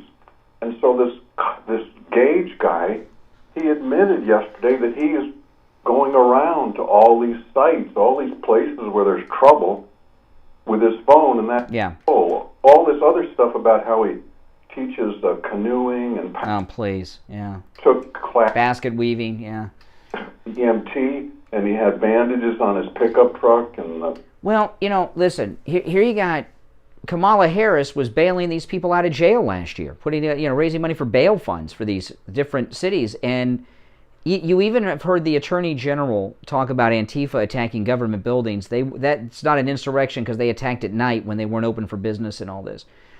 The Democrats in this country, we say the left in a general, the Democrats in this country backed all of this business that went on last year. And with all this talk about the Capitol breach, no one's really ever bothered to get to the bottom of who's behind these things. For strength, for Kyle, and for the people that they're trying to protect him, and for truth to come out, these little tiny bits of truth. Well, it really shows that our justice system, we don't know fully yet, but that our justice system still has the ability to function as it's intended to. The chances of Kyle Rittenhouse walking away scot-free are pretty slim. But the murder charges seem to have evaporated. But truth coming out, little bits of truth, that more people can understand that people like this Gage guy are going around, they're mobile, and they're doing everything that they can. And there's an organization behind this. These things aren't just spontaneous. There's an organization behind this in every city. These people, many of them traveled from town to town last year doing this. We have to pray that the jury will recognize that their town was subject to, targeted by people coming in, seeking to do all these things that are on those videos. It's a scary thing to be on these juries, though. It's like being on El Chapo's jury. Would you want to be on El Chapo's jury in Mexico? Oh, my goodness.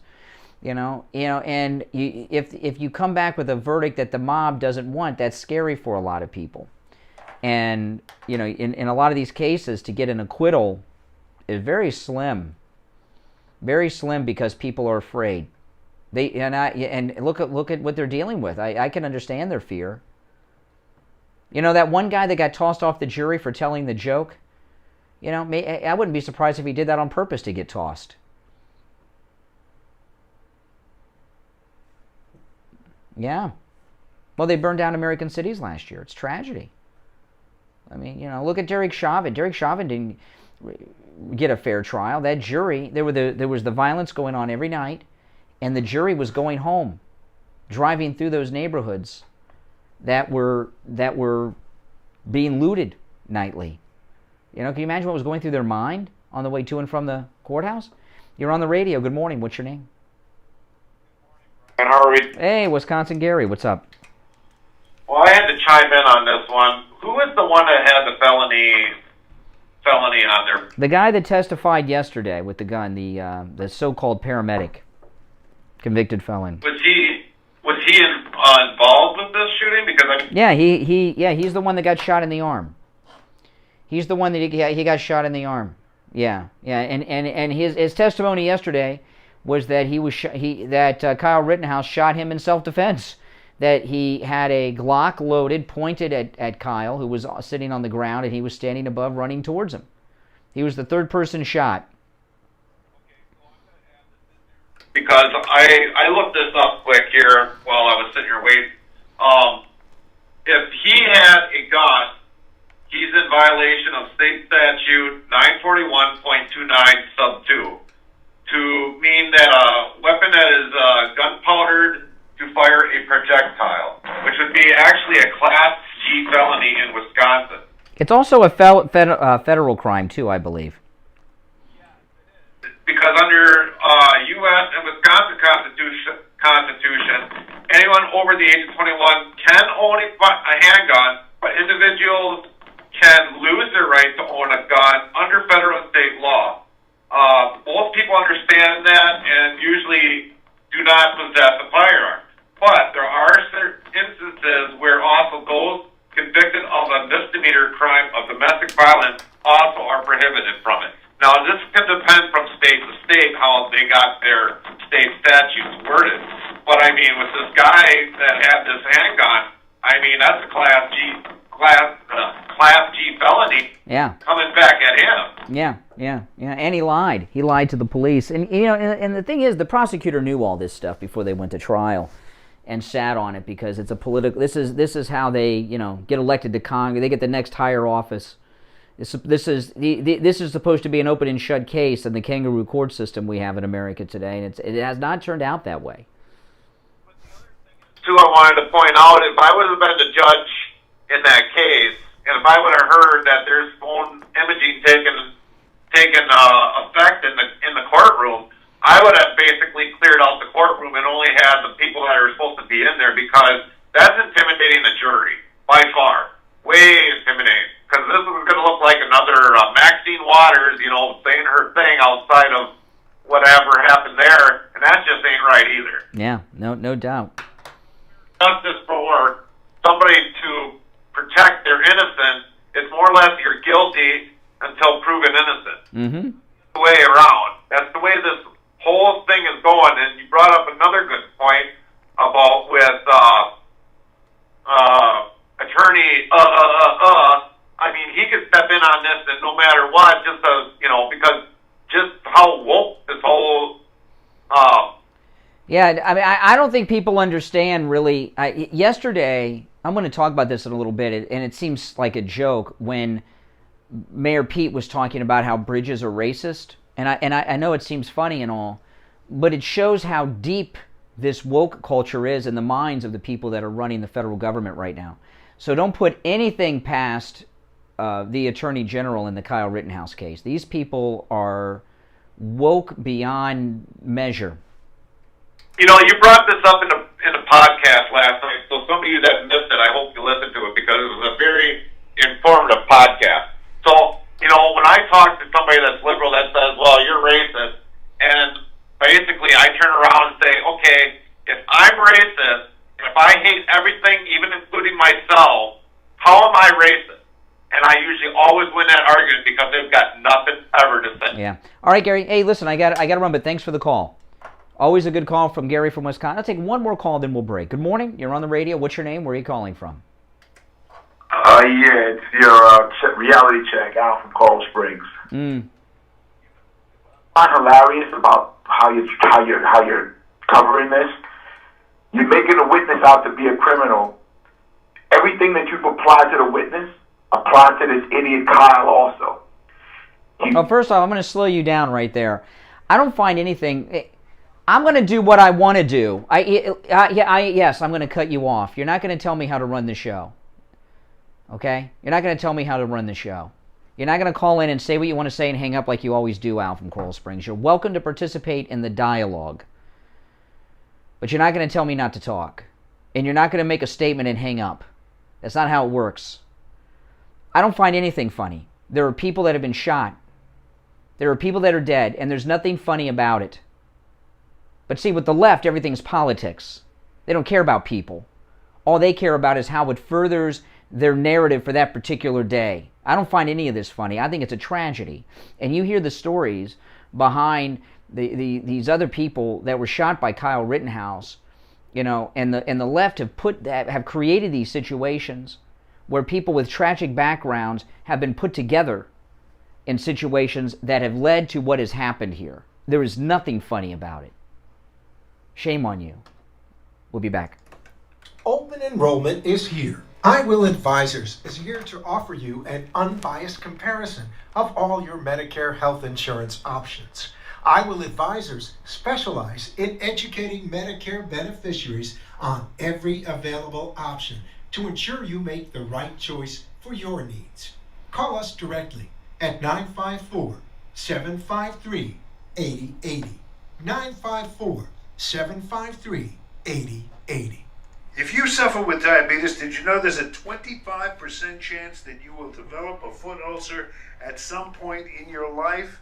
And foot ulcers, when you have diabetes, can lead to severe health consequences up to and including amputation.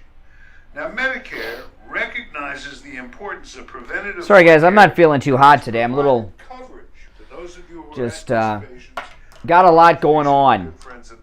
Got a lot going on. The Soul Authority, at little or no cost, you can receive receive So your my very own patience might be a little short today. I'm just not feeling too hot today. shoes made specially for diabetics.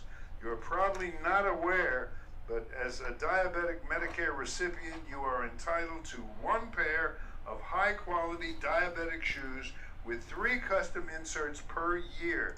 These are not the ugly Frankenstein shoes. These are name brand shoes.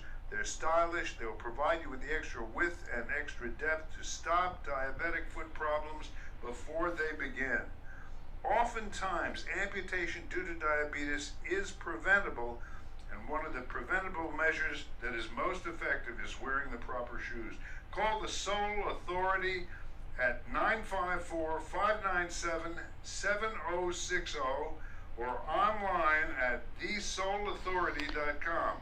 That's THESOLE authority.com. Tell them Steve Kane sent you.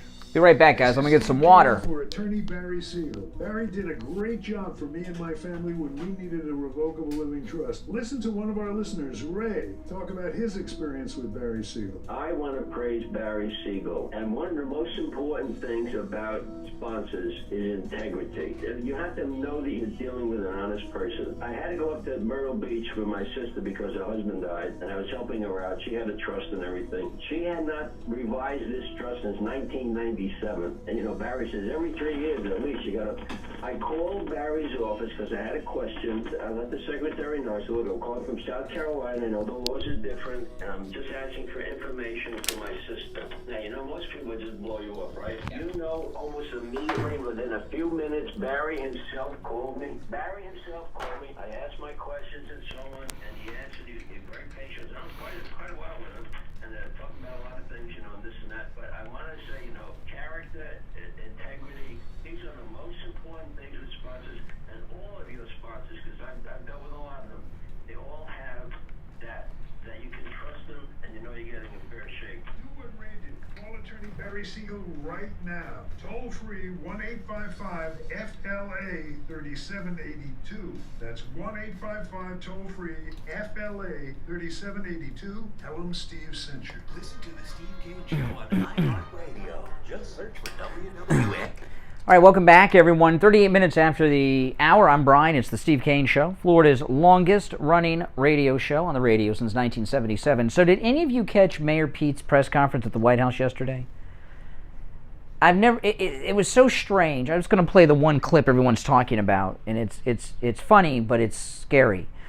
They let him play president yesterday. For the first time, he gave a White House press briefing up there at the big old podium at the White House like he was president. I'd like to hear the Mayor Pete supporters share their thoughts on that. What an embarrassment of a press conference. You know, this guy thinks he's the first openly gay man. Like he's some kind of hero or something. I know people that came out of the closet in the 70s before it was cool and hip. What shocks parents more than anything these days is not when their kid comes out as gay or non-binary. It's when their kid comes out as straight. Parents are like shocked. Whoa. Some of these millennial parents probably be troubled by that. Being gay is no big deal. You're not some gay rights groundbreaking person, Mayor Pete. Boy, is he in love with himself? Is he full of himself? I'm watching this press conference yesterday, and he's not talking about the supply chain crisis. He uses, if you go back and watch the whole thing, I'm only going to play one part of it. If you go back and watch the whole thing after 9 o'clock, when, of course, we go off the air, a bunch of gobbledygook. Says a bunch of things, uses a bunch of words and phrases, but it says nothing. But then he takes a question from April Ryan, who's very racist. She's the one that didn't believe Sarah Huckabee when she said she baked pies over the holidays. She she bakes, she's a Southern girl, okay? She's a Southern belle. They bake pies, April Ryan. They don't buy them at the grocery store like I do. April Ryan talked to him about transportation justice. And he's talking about the bridges in America are racist. And he's not kidding. He's as serious as a heart attack. This is Mayor Pete yesterday with his pretend presidential press conference talking about the racist the racist bridges of America. I'm still surprised that some people were surprised when I pointed to the fact that if a highway was built for the purpose of dividing a white and a black neighborhood, or if an underpass was constructed such that a bus carrying mostly black and Puerto Rican kids to a beach, or there would have been, in New York was designed too low for it to pass by, that obviously reflects racism that went into those design choices. I don't think we have anything to lose by confronting that simple reality, and I think we have everything to gain by acknowledging it and then dealing with it, which is why the Reconnecting Communities, that $1 billion, is something we want to get to work right away, putting to work. Okay. Everything is racist to these people. And April Ryan was talking at the beginning of the question about the road system was built based on racism. All right. Michael, $5 super chat. Thank you. Everyone thank Michael. Bridges were built to be too low for buses carrying blacks to the beaches. This is racism. We must rebuild these bridges. Now, these bridges he's talking about would have been built in the 1950s and 60s. Maybe the early 70s. Why do you think a bus today... Now let's just take part of what he's saying as truth, which is difficult to do, but just for the discussion. Let's say that it is true that there are some bridges that are too low for a bus to go under in 2021. First of all, the whole premise is racist. Only black and Puerto Ricans take buses. I used to get all over this town on a bus. Sometimes it was Richie the bus driver driving. It's true. To the beach. I used to take the bus to the beach all the time before I had a car when I was a kid. So I'm sorry, Mayor Pete. White people take buses too. But why is it possible that there are bridges today that are too low for a bus to fit through? A bridge that was built in the 50s or 60s, or maybe the 70s, early 70s. You know why? Buses are bigger now. Buses are bigger. I see some of these buses, they're like 2 buses. So a lot of these bridges were built a long time ago when buses were a lot smaller. Look at the buses of today and then go back to the 50s and 60s and look at those buses. So what are they talking about? And they have this thing that they are talking about called this program of Biden's, I forgot the name, Justice 40, where they're going around at some directive, supposedly from Biden, where they're going to use this money to rebuild all these things so we have road justice. The roads were built to discriminate against people of color. Have any of these people seen the movie Cars, the Disney Pixar cartoon Cars?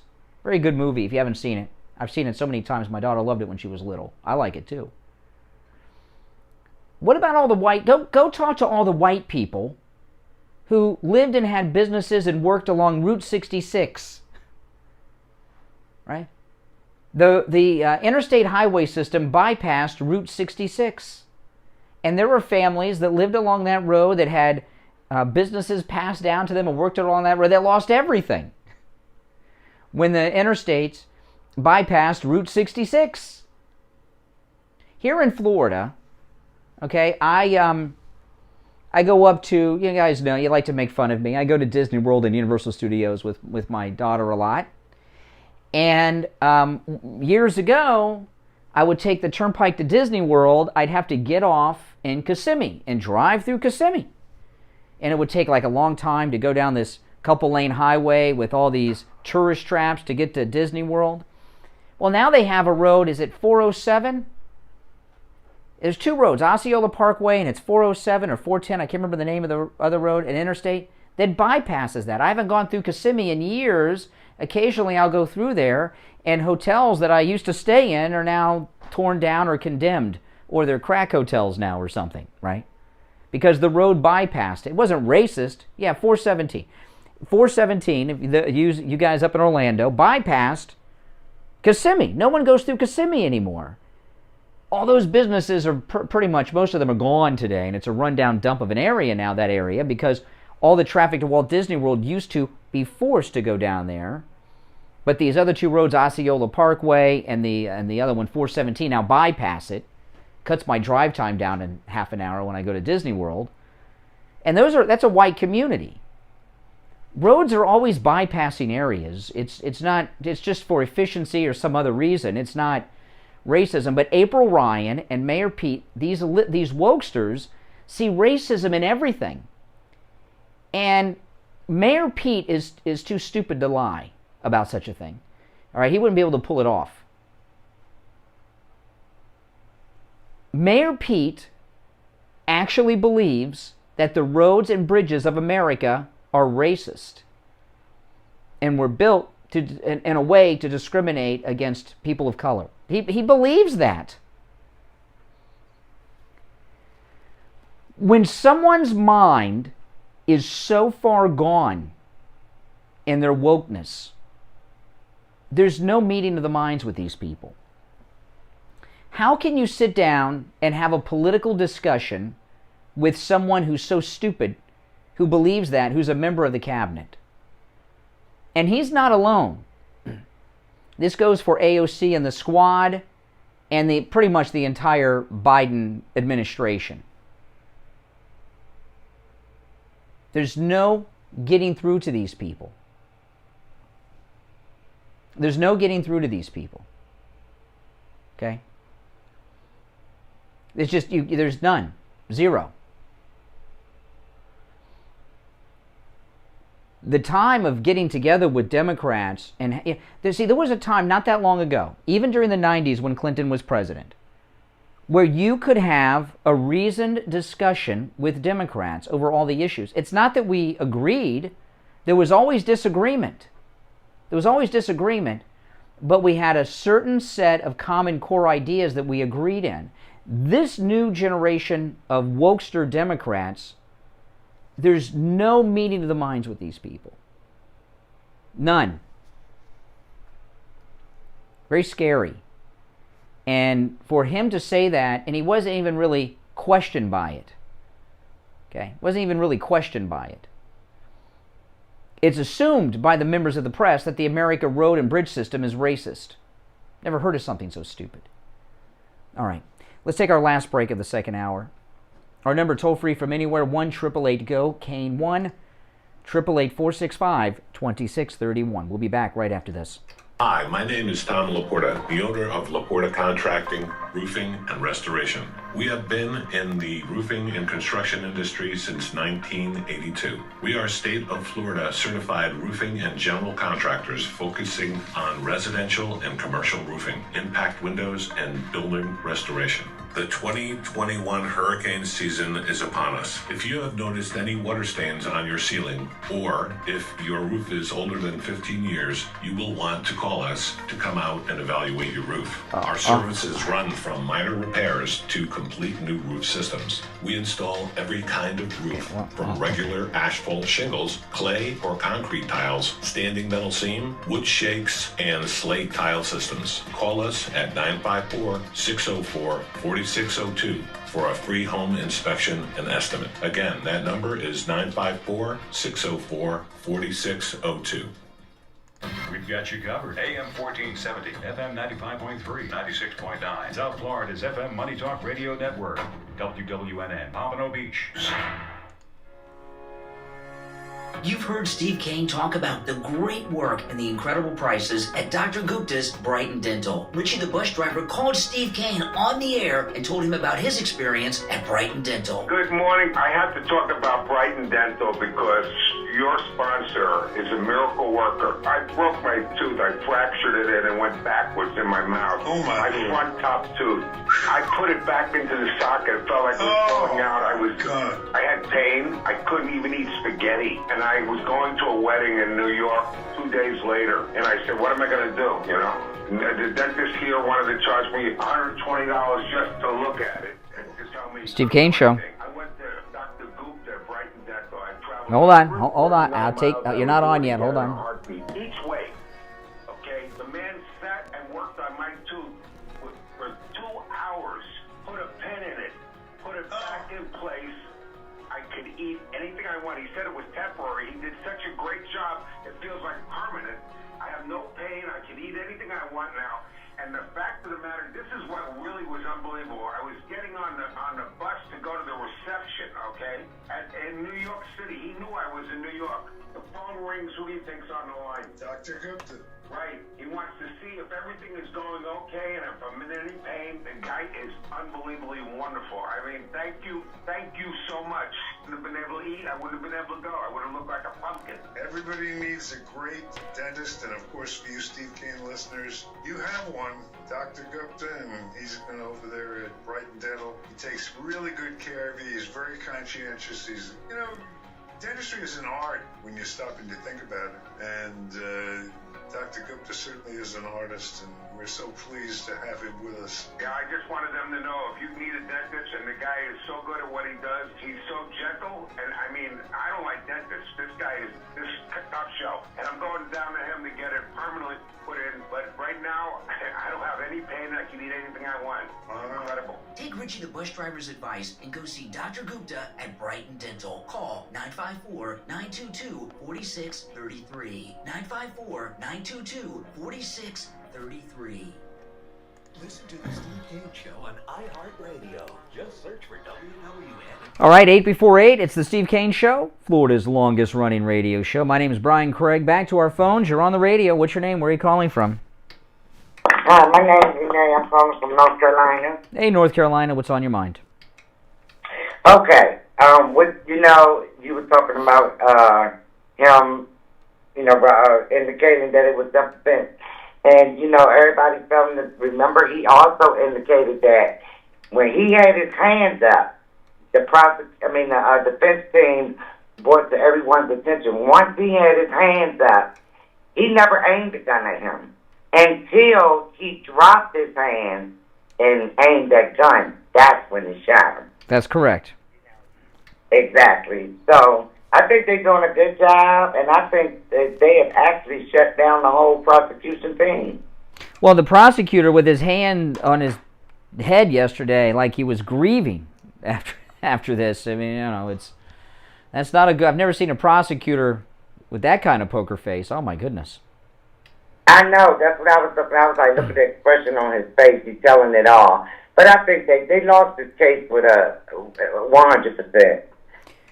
If they don't win this case, they already talking about doing stuff if they lose, if the prosecution lose. But what are we going to do if he don't win? Well, then they'll appeal it. All right. Okay. This next piece of footage is disturbing. I toyed with not even sharing this on the air because it's so difficult to listen to what I'm about to share with you. It's CNN. This was very difficult for me to... I have the audio, but I saw the video that this audio came from to get the audio to share with you all. And I really... When I tell you I thought about not playing this, I really have thought throughout the show today about not playing this. It's so upsetting, but I think I must. I think I'm compelled to play it for context for CNN.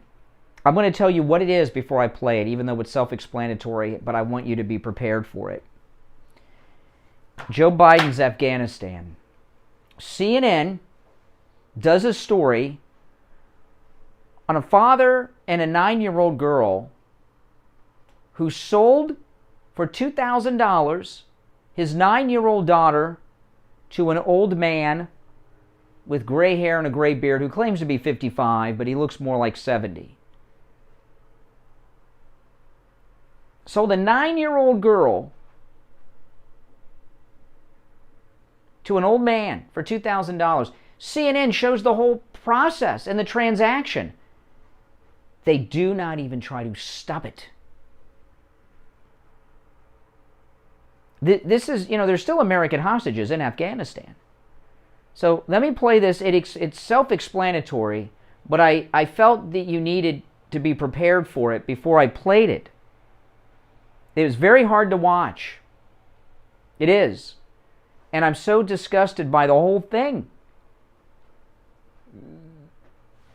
Let me play it, and then I want to hear your thoughts. This is Biden's Afghanistan.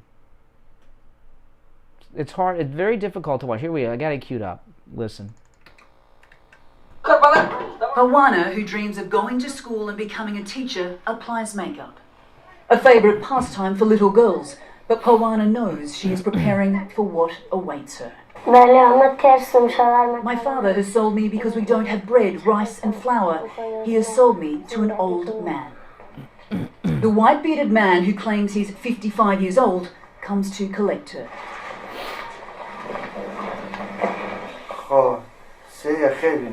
He's bought Pawana for 200,000 Afghanis, just over $2,000 US.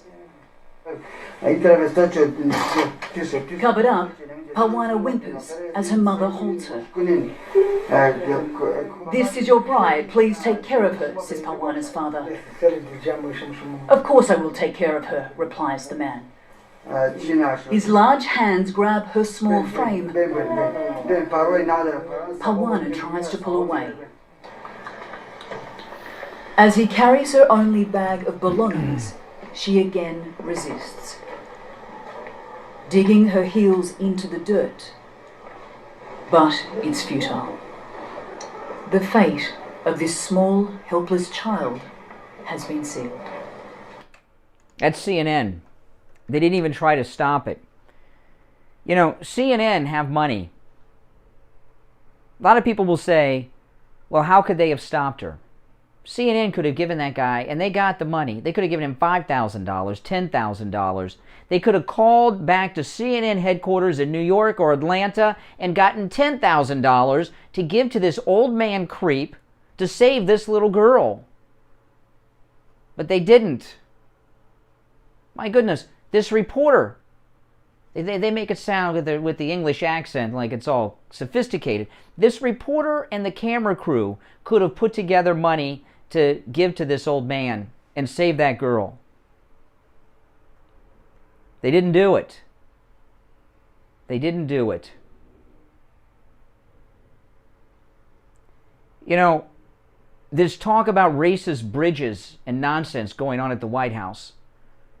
And with this, you know, and they're talking about reparations and all this with Mayor Pete yesterday. That's what the Transportation Secretary is dealing with. Racist bridges, racist roads, not with the crisis we're dealing. But this all, you know, is about the reparations for slavery. There is modern day slavery going on under Joe Biden that was not going on under Donald Trump. This is a textbook example of it. You know, this CNN reporter and her CNN crew have cash money from CNN and company credit cards because they're in a dangerous situation. They could take whoever's in the crew, there's a cameraman and a reporter at least, maybe more. They could have pooled their CNN credit cards and their own personal credit cards together and found a way to get cash advances over there if they couldn't even reach back home, and give this man as much money as it would take to stop him from taking this 9-year-old girl that they married him to. And they didn't. That would be a story. You know, one thing you don't hear about in that name, one word you don't hear is Biden and his... Where's Kamala talking about racist trees yesterday? I'm physically upset listening to that again. It's one of the reasons I almost didn't play it today, because it's too upsetting to hear. These are inhuman people at CNN. My goodness. That entire crew should be fired. Where's the media calling out CNN on this? What do you think if Glenn Beck was covering this? What do you think he would have done? If Greg Kelly from Newsmax or Eric Bolling from Newsmax were covering this, what do you think they would have done? Would have gathered together all the cash their crew had, including their watches? Eric Bolling would have given the guy his watch, which is probably worth $40,000 or $50,000. You ever see Eric Bolling's watch? CNN didn't do anything to help this girl who's just been sold into a life of sex slavery to this old man. This is CNN, right? Is that what James Earl Jones says? Where's Don Lemon on this one? Where's Chris Cuomo and Anderson Cooper? My goodness. Can you imagine if you were involved in an organization and someone in your company witnessed that and did nothing? Whew. And there's a lot they could have done. This guy, $2,000 US is a lot of money here in the US. It's a whole hell of a lot more in Afghanistan. They could have pulled together thousands of dollars among them, and they could have gotten it wired to them on the spot from CNN. If they would have called back to Atlanta or New York, they could have gotten whatever amount of money they needed to save that little girl. And you know what? It didn't even occur to them. All of a sudden, they're observers of the news, not making the news. CNN has been crafting news in this country with their Russia hoax and all this other stuff for years against Donald Trump. But now all of a sudden, well, we don't interfere with the news. We don't make the news. We just show you. They've been making the news for 5 years with Donald Trump. I apologize for playing that to you guys. I know it's disturbing. But I think it needs to be heard. We'll take our break for the top of the hour. You're listening to Florida's longest-running radio show, The Steve Kane Show, on the radio since 1977. I want to hear your thoughts about that. 1-888-GO-KANE 1. 888-465-2631. Covered AM 1470, FM 95.3, 96.9. South Florida's FM Money Talk Radio Network. WWNN, Pompano Beach. Hi, Brian Craig here. You've heard Dr. Mitch Matez and Steve Kane's wife Lori talk about their COVID testing at Any Lab Test Now of Boca and Any Lab Test Now of Coral Springs. I've been tested too. So has Steve Kane and his son Tyler. Today on the radio, Rabbi David called in. He felt that he was getting sick and wanted to get Steve Kane Show. Coronavirus. So he went to Any Lab Hold Test on. Now of Boca. Go to Rabbi David. Hey, Rabbi. By the way, you might hear congestion in my voice. I actually had a lot of congestion. I was a little sick, and of course, I get nervous that, is it COVID or not? My wife also. So guess what we did? I listened to you. I went down to Any Lab Test Now yesterday, and I couldn't believe it. Went right in there. They put a little tiny thing, you didn't feel it in my finger. Literally 10 minutes later, not a second more, they came back and said, "You're fine, negative, great." We went on our way, and we just, not even worried. So That $69 price is just for Steve Kane Show listeners. You got to mention that. And it's that little finger test. You get it real quick. I'll tell you, anytime somebody has any type of congestion, all of a sudden, there's anxiety sets in, not just for them, but everybody around them. It's best just to go in and get the test, say, I don't have the COVID. You know what I mean? Instead of dealing with all the wonder. And they give you a piece of paper. Yesterday, I actually walked around with it. When people heard, you don't sound so good, I take out that piece of paper. I said, I was tested. The Steve Kane Show. I picked up the piece of paper and showed it to them that says negative. And Any Lab Test Now of Boca and Coral Springs, they're good people, and we're very lucky to have them. They're very caring and full of information. First, we had a doctor recommendation from Dr. Mitch Matez. Now we have a rabbi. Rabbi recommended Any Lab Test Now of Boca, Any Lab Test Now of Coral Springs for your COVID testing. Yeah, that's great. Rabbi recommended Any Lab Test Now of Boca and Any Lab Test Now of Coral Springs. Rabbi recommended by Rabbi David for COVID testing. Rapid coronavirus testing, just $69. But you have to mention you heard them on the radio. Any Lab Test Now of Coral Springs is located on the southeast corner of University and Ramblewood near the Coral Square Mall. Their number, 954-906-5983. Any Lab Test Now of Boca is in the Sandalfoot Plaza where the Western Beef is. Their number, 561-237-5009. Make sure you mention you heard them on the radio. Seniors, open enrollment is here. I Will Advisors is here to offer you an I'll tell you, in that piece, if you watch the video, I'm not sure if I tweeted it or not, but if I didn't, find the video. They staged that. They're in the house watching her put on makeup. They show the old man walking in. They staged that like a film production.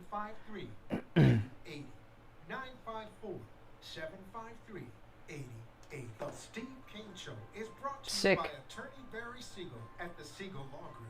Are you concerned with the distribution of your assets at the time of your passing? Avoid probate. Call the Siegel Law Group with 9 offices throughout South Florida. From Palm Beach Gardens to Coral Gables. Call toll-free 1-855-FLA-3782. You are listening to South Florida's longest running radio show, The Steve Kane Show. To call the show toll free, dial 1-888-COCAINE-1. That's 1-888-COCAINE-1. All right, 6 after 8. I'm Brian. It's the Steve Kane Show. If you're on hold, stand by. We will go to your calls shortly. Steve joining us. You with us, Steve? I don't know where you go with a show like this. That was tough to Follow that. well with the calls, I guess. CNN and I'll tell you, CNN. Not only did they not do anything, they staged the whole thing. What I mean staging, like professional film production. If you watch it, they're in the house. They participated. Yeah, they're in the house filming the girl getting made up. They show the old man, the creep, coming over to the house. They show him walking down the street into the front door. So that was rehearsed. It may not have even been the only take. The way it did, they filmed the wedding. Their pose for the wedding. It was CNN or I can't use the words on the air. They filmed everything except the wedding night. Yeah, which will be, and there'll probably be multiple wedding nights as he probably resells her. I mean, I'm really sorry to play that to you all, guys. It is upsetting. I know. But I think people need to understand CNN. I think people need to know what CNN's all about. Well, listen, let's go to the phones. 1-888-GO-CANE-1 and hear what you all have to say. Good morning. You're on the radio. What's your name? Where are you calling from? The great red state of Virginia. Hey, Virginia. What's on your mind? Paid the guy $3,000, brought her back to the U.S., and put her with a good They just would have resold her, you know? Yeah, no. They wouldn't. No, they could have, between this film crew, they could have gotten whatever amount of money they needed if they would have called back to CNN. It's a real puzzle. It's a real puzzle because if they did something like that, then it's a tough call. What, to save the 9-year-old girl? No, but I don't know. Not a tough call to me, Steve. I wish you hadn't played it. Why, it's too much of a downer? I don't know what. It is a downer, but I think people listen. CNN. Downer doesn't really capture it. I mean. Yeah. I think people need to understand what CNN's all about. That's not a difficult decision at all. They could have. Do you have anybody? Yeah, there's other callers. There's more. Anything else, caller? All right. Thank you. Good morning. You're on the radio. Good morning, caller. Once. Twice. All right. Good morning. You're on the radio. What's your name? Where are you calling from? This is Sue from Michigan. Hey, Sue. Hey, Sue. Hey, how you doing? Wow. Hi, Steve.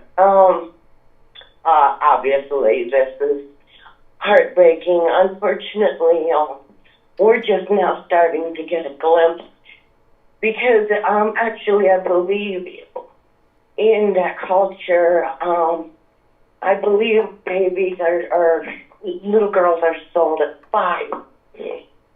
Yeah, but this is the deal. This is the deal, okay? This just happened this week. This is Biden's Afghanistan.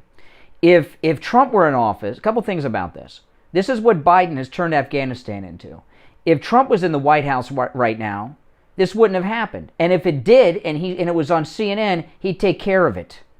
And right now, they don't even, you got Don Lemon over there and all these other people who are worried about something that Trump said to Billy Bush 15 years ago in a private conversation when their president is allowing sex slavery of underage girls to take place in Afghanistan, through our southern border, and everything else, and they have this vice president that's supposed to be some champion of women's rights when they've put in place this exploitation and sex slavery of young children and females around the world.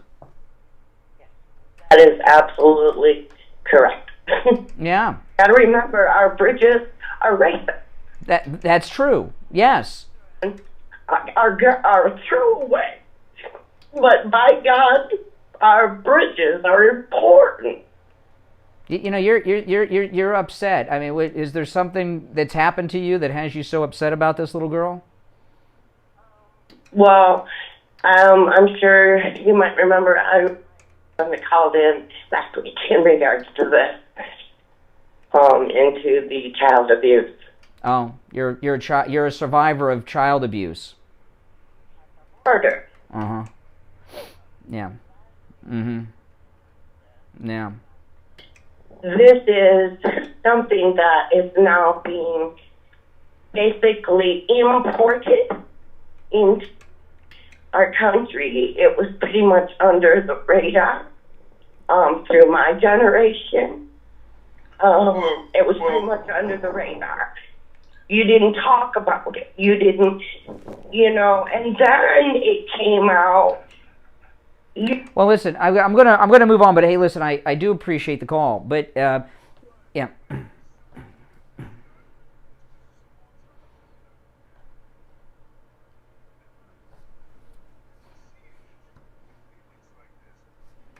If you stop and you think about it, these things happen. These things are commonplace. I'm imagining in Afghanistan, there has to be a. They weren't. They are now. Because we're not there, and there's no law and order. They weren't doing it on CNN when Trump was in office. At what point do you? There's no law and order over there. He's.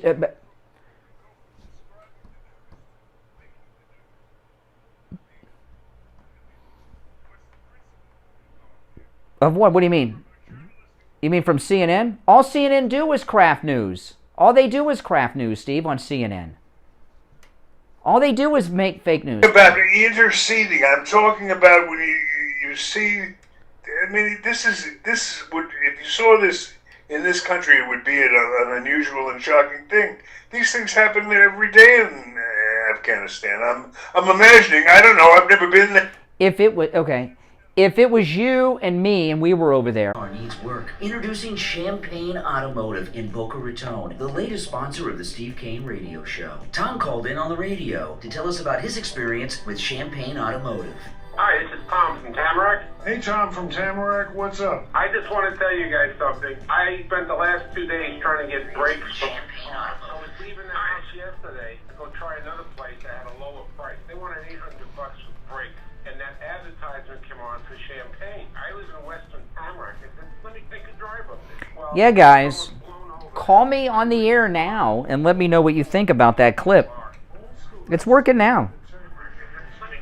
You may have to refresh. I gone to the previous one, $800. Is what you need to change your power steering fluid. And Ed, the owner, put the car up in the lift, pulled the wheels, said, you don't need brakes.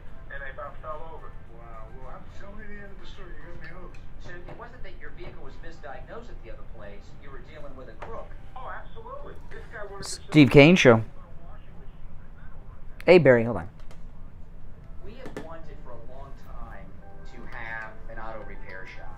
When it comes to auto repair, that is the most difficult category for us to find as an advertiser because most are like this guy you were dealing with the other day over in Tamarack. They're crooks. And we found Champagne Automotive. Ed, who's the owner, is a listener of the program. They come very, very highly recommended. So I appreciate you calling in and telling us the good story. Now, Champagne Automotive, they're in Boca off Spanish River Boulevard, immediately west of Dixie Highway. The number is 561-245-8101.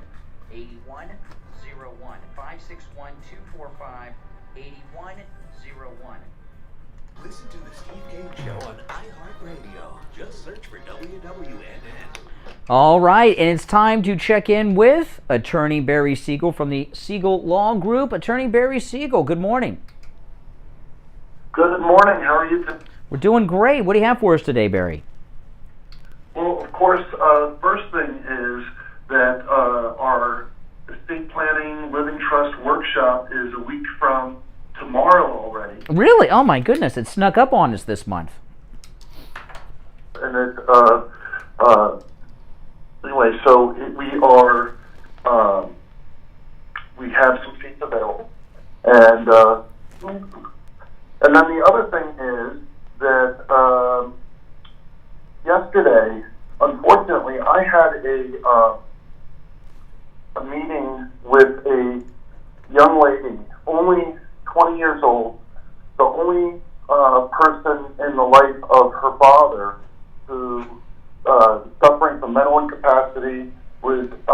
a facility, and she could not access his funds to pay for his care or do anything, simply because he didn't have the proper planning. And this is exactly the reason why it's so important to make sure that we do the proper planning, so we don't leave the people that we love in this situation where they have to be on the phone with an attorney crying because there's very little that they're going to be able to do to help their loved one and take care of their needs. So that's why it's so important to make sure that we set up our proper planning so that the right people can make decisions for us and access the funds and do things to help us. So it was very upsetting to be in a situation where there were very little options available to them. Well, it is. I mean, they're dealing with a crisis in the family, and then they have another crisis when they find out how limited they are with their options because things weren't done in advance. But you know what? All this can be avoided by calling the Siegel Law Group. It's a free consultation for listeners of the Steve Kane Show, and taking care of all of this before the fact. And then when you're dealing with these tragic things that families deal with, there's a mechanism to take care of things properly. All right, so Attorney Barry Siegel at the Siegel Law Group, here's the number, 855-FLA-3782. You can also call that number to reserve your spot for the Living Trust Workshop a week from today. Already here, 1-855, a week from tomorrow. Oh, yes, I'm sorry, Barry. My apologies. A week from tomorrow. 855-FLA-3782. And let me tell you, don't waste time to reserve your spot. It's a week from tomorrow. These things fill up. They fill up fast. 855-FLA-3782 and online, SiegelLawGroup.com. Attorney Barry Siegel, we'll talk later in the week. All right, take care. Take care. All right, you back with us, Steve? Trying to process this. Don't try to process it. Just upset you. It'll just upset you if you try to process it.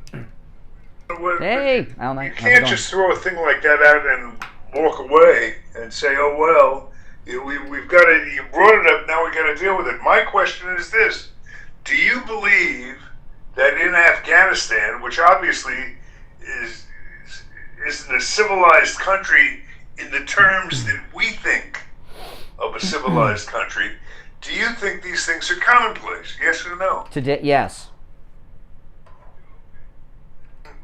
Then the thing that I would ask you is, where do you draw the line? What is the principle you operate by as a journalist? If there are things going on that are, well, if it was this was a few months ago, I'll tell you. If this were a few months ago, what an individual could do, like if this was us and we watched it. Right now, it's under Taliban rules, and there's no U.S. authority there. But a few months ago, there was. So if you saw something like this happen a few months ago, you pay the guy, or if you get or you contact the Army, you contact the U.S. Embassy, and they send over some guys and stop it. I think it's well and good to say that in this situation, but I think the reality is that there are probably 10 incidents a day they see of outrageous things along these lines. And there has to be, CNN has to have a set of principles that they have no principles. In terms of, all right. Okay. Steve, they've been manufacturing news for years against President Trump, their Russia hoax and all that crap. Michael Avenatti and Stormy Daniels, that's all they do is manufacture news. That's political. This is more than political. But it's also political. Big part of the news. It's also, they are part of the news. And this is also political because Biden pulled out. They didn't even mention Biden in this story. Sure, I was going to move on to some other things, but we'll take some calls. 1-888.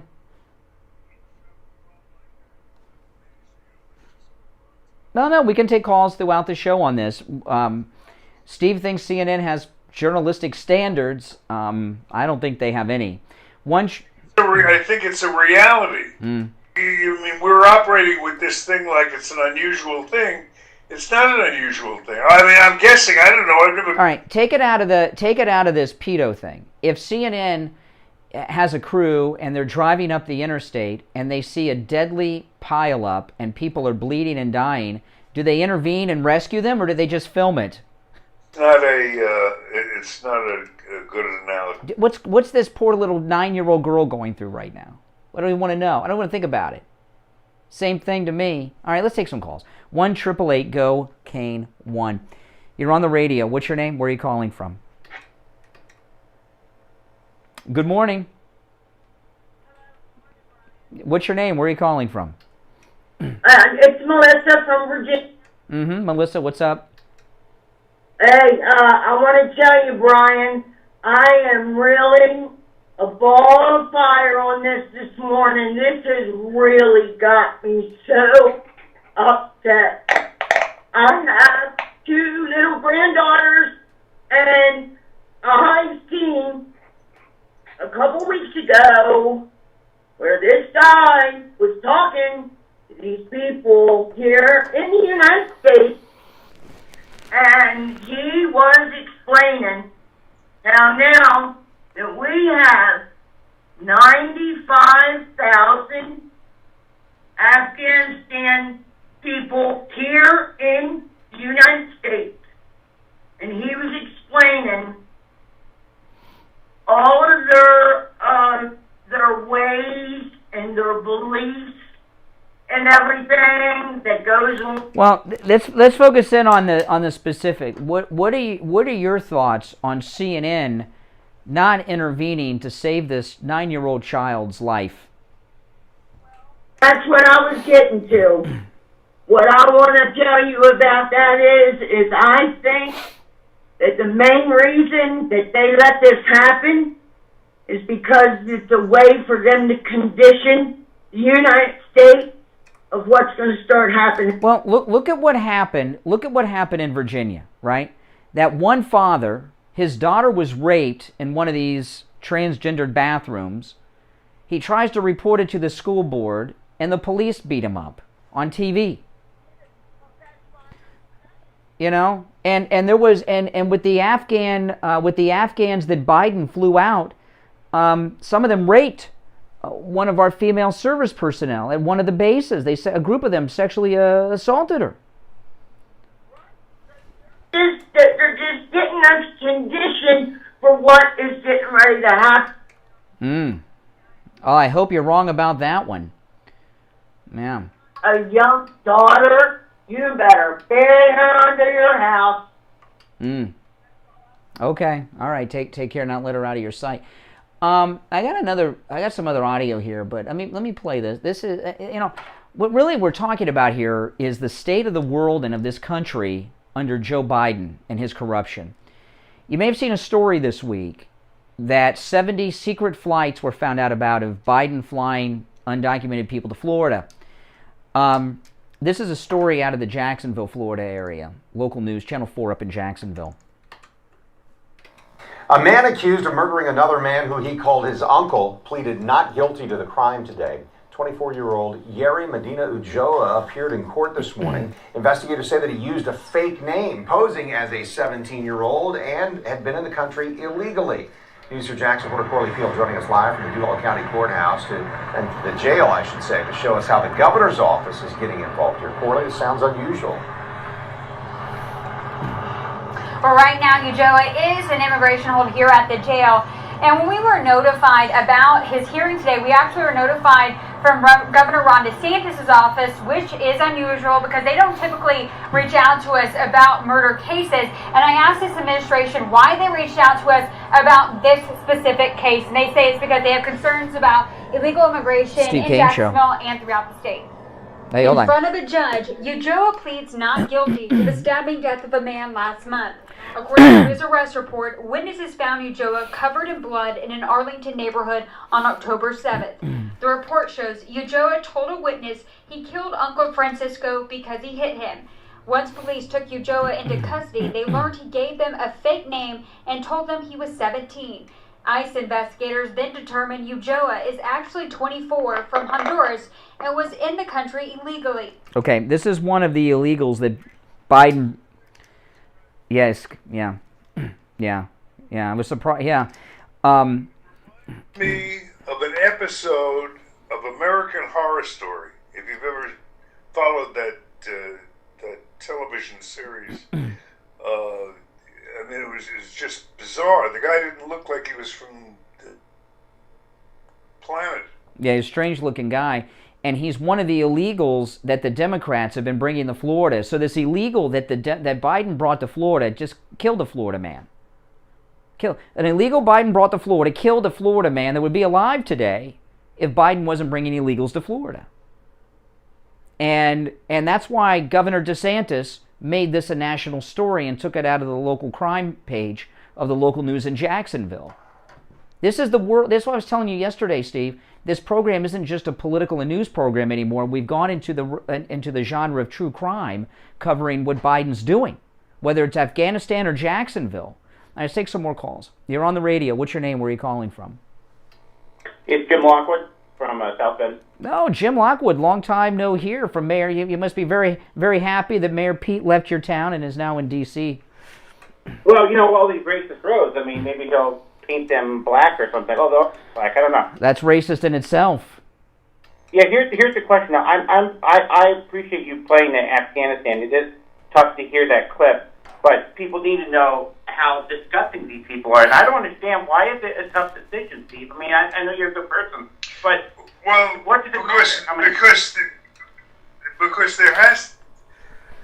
Why is it a tough decision? Because there are probably the incident is fairly common. I'm guessing because Jim hasn't been over there. Even if it is, how many women in this country get raped? It doesn't mean that you see a woman getting raped on the side of the road, you don't try to stop it. Well, there's a lot of women who get raped every year, so just let this one happen too. No, you pay that old father, skip back to $2,000. Here's 10. We're taking your daughter away from you, and then you find out later. You get to the Red Cross or something. You go to the Swiss embassy. You go to somebody. 10 others down the road that having it happen to them. That's a crappy. And I don't believe this happened, and the numbers it's happening today when we had our forces and government over there. I don't either. And how dare they put that on the air and act like, oh, well, we don't make the news. Of course they do. They've been making the news for the last 4 years. They're disgusting people. Absolutely. Hey, remember when they had Peter Arnett in Iraq doing the work of Saddam Hussein in the Gulf War? CNN has done nothing but get involved in craft news. Now all of a sudden they're observers? Come on. MSNBC and all of them, even Fox, promote the idea that we make the news. We have newsmakers here. Yeah. That's true, newsmakers, yeah. Newsmakers are people like Trump, but they're not reporters, but that's changed. Exactly. So... You know, Jim Lockwood, you know, you're from South Bend, Mayor Pete's neck of the woods. So he says bridges and roads are racist yesterday, which is just, he believes that. Well, he said bridges were built too low for buses to go under, so blacks and Puerto Ricans couldn't go to the beach. Sorry. Well, then you stop the bus and walk under the bridge to the beach. How about that? I used to ride my bicycle to the beach when I was a teenager. I think roads are discriminatory anyway because I'm blind and I can't drive. So there you go. I mean, they should all be in Braille after all. Yeah, we need Braille roads. Oh my goodness. You know, I'm sure I must have told this to you before, and I wish I had this on tape. The best call I ever had is when I was debating with a liberal blind caller. This is when I was doing the overnight show, Steve. They got mad at me and they screamed at me and called me a sighted bastard. It was the funniest. I wish I had that on tape. That was like my favorite call I've ever had. All right, Jim Lockwood, take care. Take care. All right. Let's take our break for the bottom of the hour. I'm Brian. Steve is here. We'll be back right after this break. Covered. AM 1470, FM 95.3, 96.9. South Florida's FM Money Talk Radio Network. WWNN, Pompano Beach. Traveling and need a COVID test? Maybe you need a COVID test for work or school. Stop by Any Lab Test Now of Boca or Any Lab Test Now of Coral Springs. They offer all the COVID testing panels you need at the lowest prices, including the antibody test. Results in 15 minutes. Any Lab Test Now of Boca is located in the Sandalfoot Plaza, where Western Beef is, south of Palmetto Park Road and north of Hillsborough on the east side of 441 State Road 7. Call 561-237-5009. Any Lab Test Now of Coral Springs is located on the southeast corner of University Drive in Ramblewood, near the Coral Square Mall in Coral Springs. Call 954-906-5983. Make sure to tell them you heard about them on the Steve Kane Show. This is Brian Craig. I've been telling you about the great deals and incredible customer service at Friendly Tire on both new tires and used tires. One of our listeners, Antonio, went to Friendly Tire and called to share with us his experience of buying used tires at Friendly Tire in Margate. Good morning, you're on the radio. Hey, yes, Brian, I want to give you a quick testimony about the tire place up in Margate. No, that's true. I wish I had that on tape. That was so funny. Oh my gosh. They were pissed. Excited bastard. Well, what's your name? Antonio. All right, Antonio. Hey, I'm glad we can save you and your family lots of money on tires at Friendly Tire. Oh, no doubt, man. Thanks so much, man. Do what Antonio did. Stop into Friendly Tire and find incredible deals on both new and used tires. Give Friendly Mike a call right now. 954-977-9445. 954-977-9445. And Mike will give you a quote right over the phone. 954-977-9445 for Friendly Tire in Margate. The Steve Kane Show is brought to you by Attorney Barry Siegel at the Siegel Law Group. Are you concerned about the distribution of your assets at the time of your passing? Avoid probate. Call the Siegel Law Group with 9 offices throughout South Florida, from Palm Beach Gardens to Coral Gables. Call toll-free 855-FLA-3782. Listen to the Steve Kane Show on iHeart. All right, now got a comment from one of our listeners, Steve, watching us on YouTube. Justin, they wrote this on the YouTube live chat room, had Wings Plus for the first time yesterday. The best, amazing, and they capitalized amazing, and that's true, and Wings Plus, the Sample Road location in Coral Springs, everything they have there is the best. The wings are amazing, and they are unlike any wings you've ever had. They are just filled with chicken. A lot of these wings places around, the sauces come out of cans, not at Wings Plus. Everything homemade right there at Wings Plus. They're not running out to Costco like a lot of these places are. You can do that yourself at home, right? Now Wings Plus, everything homemade. And the wings are filled with chicken, not hidden with a bunch of bread with some little grizzle underneath like a lot of these other joints around. Lots of chicken, tastes great. Wings Plus in Coral Springs, the Sample Road location, about a mile west of University on the south side of Sample Road. When you stop in, make sure you tell them you heard about them on the Steve Kane Radio Show. Yeah, so let me play a couple of these clips. Let me play this one again since the last caller. This was, did you see Mayor Pete's press conference yesterday at the White House, Steve? No. They let him play president for a few moments. That was like the first time he's done it. He's at the presidential podium. I heard some commentary referring to him as launching his presidential campaign. With that disaster, with that stupidity, An up-and-comer politically. He looked very weird. He looked very weird up there. Isn't he? Weird. Yeah. So then here he is. He's talking about the racist bridges of America.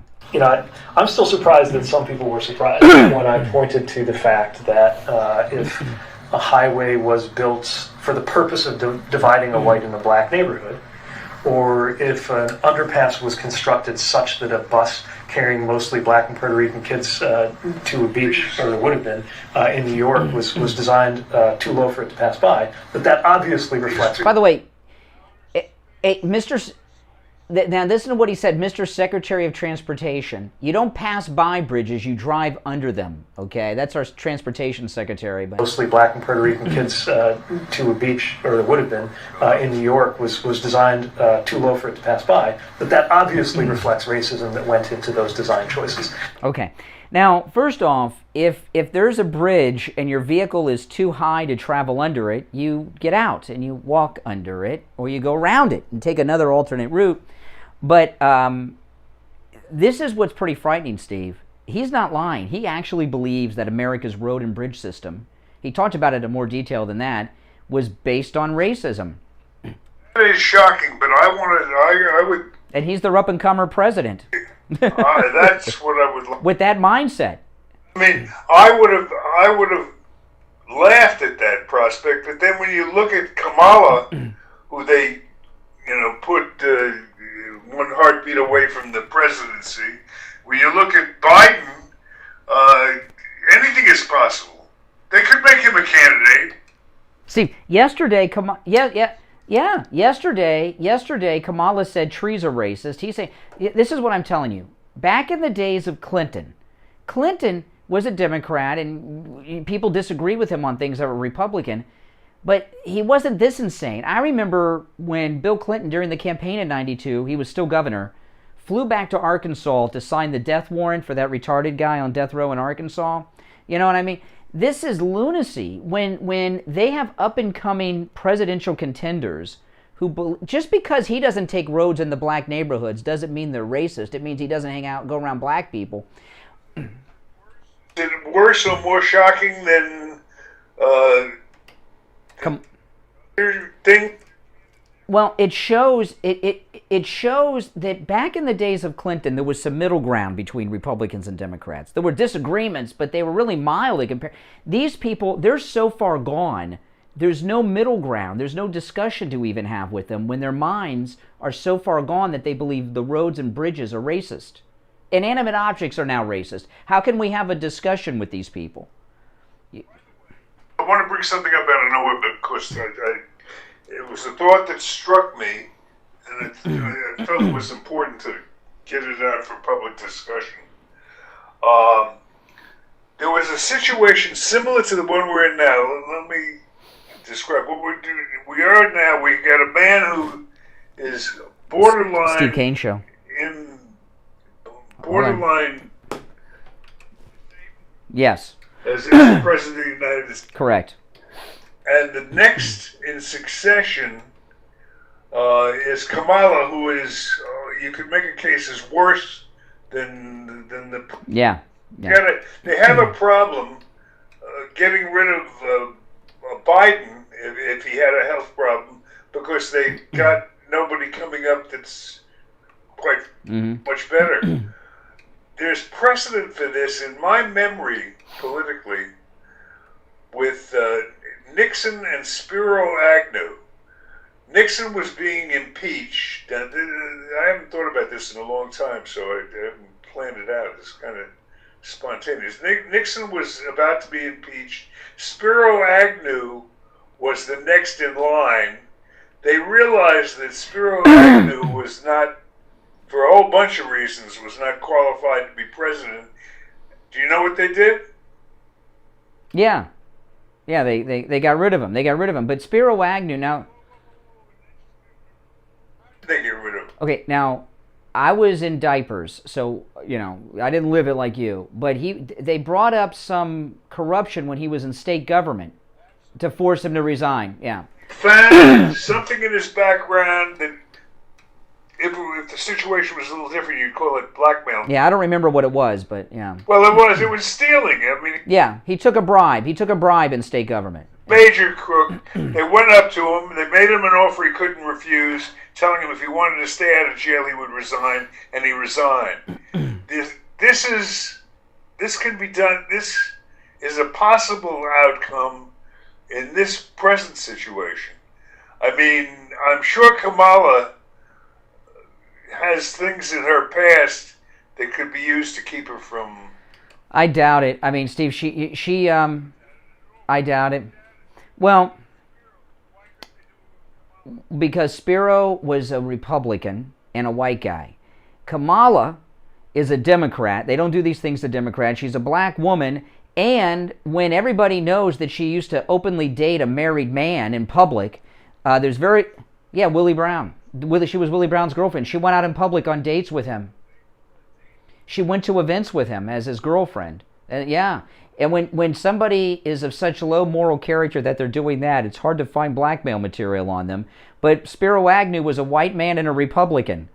If he was a Democrat, they wouldn't have pulled that. A good point. You're making a good point. I mean, I haven't thought it through too clearly. That was just my immediate reaction. And who do you want to replace Kamala? Nancy? Who is next in line for Kamala? If there was an emergency, I don't know who it is. It's the Senate pro tempore or whatever they call that title. Whoever has that job these days. I don't know who has that. Does anybody know? Who's the Senate pro tempore? I don't know. I could look it up, I guess, but let's use our callers. No, she's not in the Senate. Oh, by the way, Nancy Pelosi just bought a house in Jupiter, which is where Don Jr. lives. She's going to be in our listening range, Steve. Think she'll listen to us in the mornings? I do too, because we could really shake things up, because we know what's going on. We know what's going on. Now, I want to tell everybody one thing is definitely going on, and that is the attempt by very bad people to just do permanent damage to the Thomas Edison of sleep, Mike Lindell, the inventor of the MyPillow.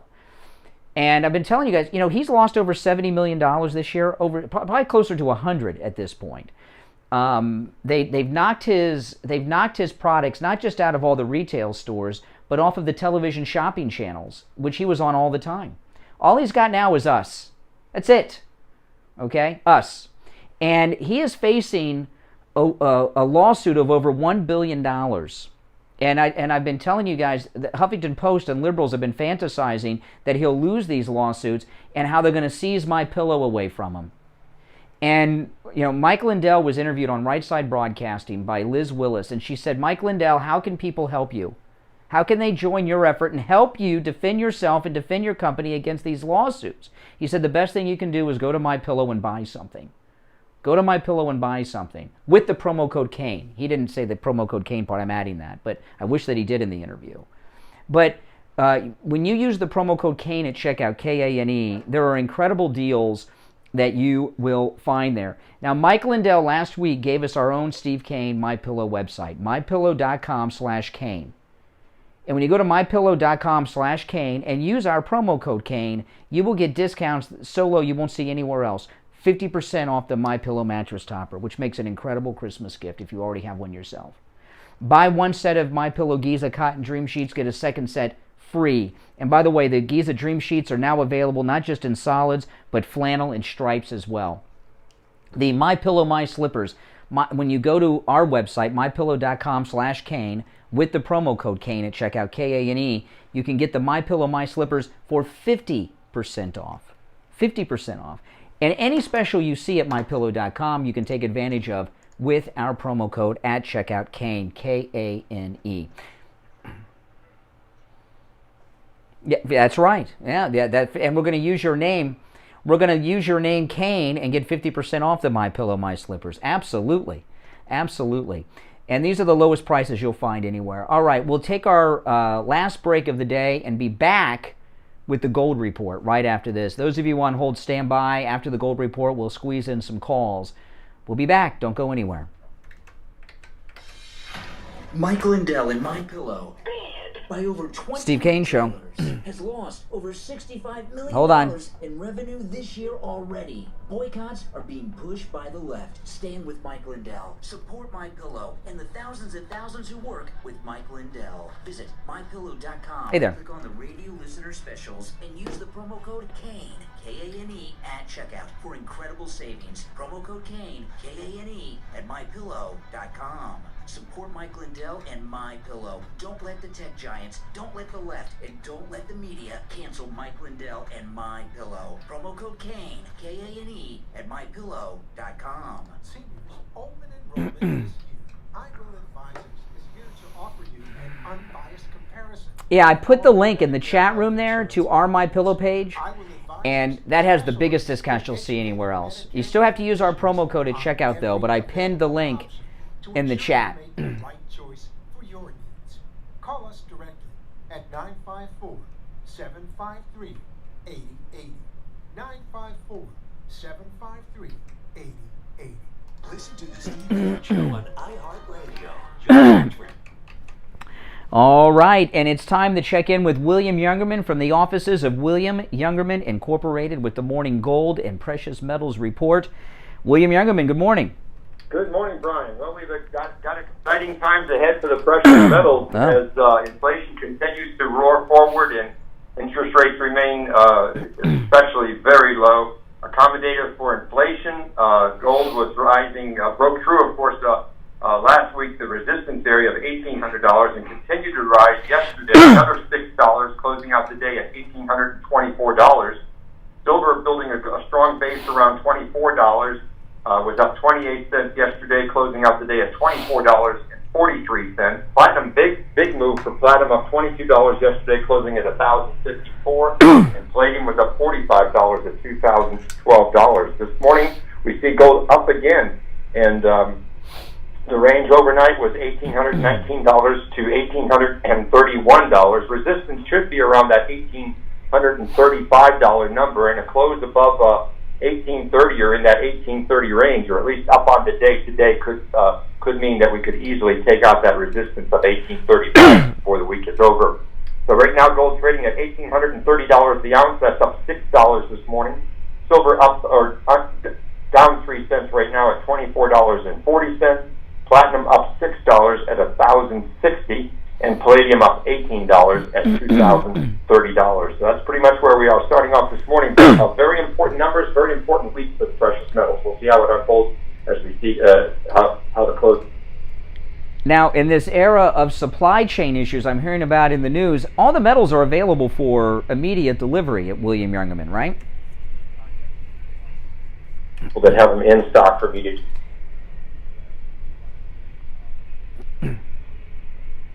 Some of the mints are way behind, even totally out of the products, but we do have all in stock for. Have everything. Now, tell people, those of you that can't make it in and are out of town, you can still buy all the metals at William Youngerman right here in Boca Raton, Florida. William Youngerman, can you tell people a little bit who are out of town who can do business with you over the phone or online? For 50 years, we've been making markets in the precious metals and shipping all over the world. So you can call us on our toll-free number, 800-327-5010, and lock in a price and wire the money, and the precious metals will be shipped the very next day to you. Yeah, and that's great. So here's the number again. They open up weekdays at 10, 1-800-327-5010, 1-800-327-5010. Online, WilliamYoungerman.com. And the address right here in Boca, 150 East Palmetto Park Road, on the first floor of the Bank of America building, immediately east of US 1 Federal Highway on the south side of Palmetto. All right, William Youngerman, we'll talk tomorrow. All right, take care. All right. Yes. I want to throw something out that I had planned on talking about before you brought up this bizarro topic. I understand from what I was watching on television prior to the coming on the air, the governor's race in. I don't think they've certified it yet.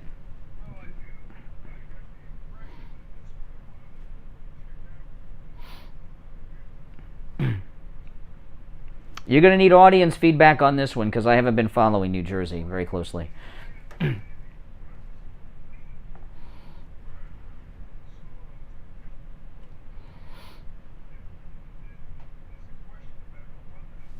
Yeah.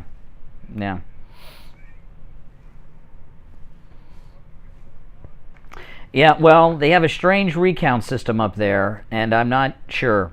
If any of you have any info on Jersey, the governor's race in particular, we have time for a couple of more calls at 1-888-GO-KANE-1. Let's take one call or two, and then I do have another clip I want to play. Good morning, you're on the radio. What's your name? Where are you calling from? Hello? Yeah, you're on the air. What's your name? Where are you calling from? My name is Jim, and I'm calling from Milwaukee, Wisconsin. Hey, Milwaukee, what's up? I was just calling in about the Rittenhouse case. Mm-hmm. I don't know where to start. Like, this case, I just feel like the whole judicial system is failing it. Like, they're making a joke out of it. I feel like Kyle Rittenhouse is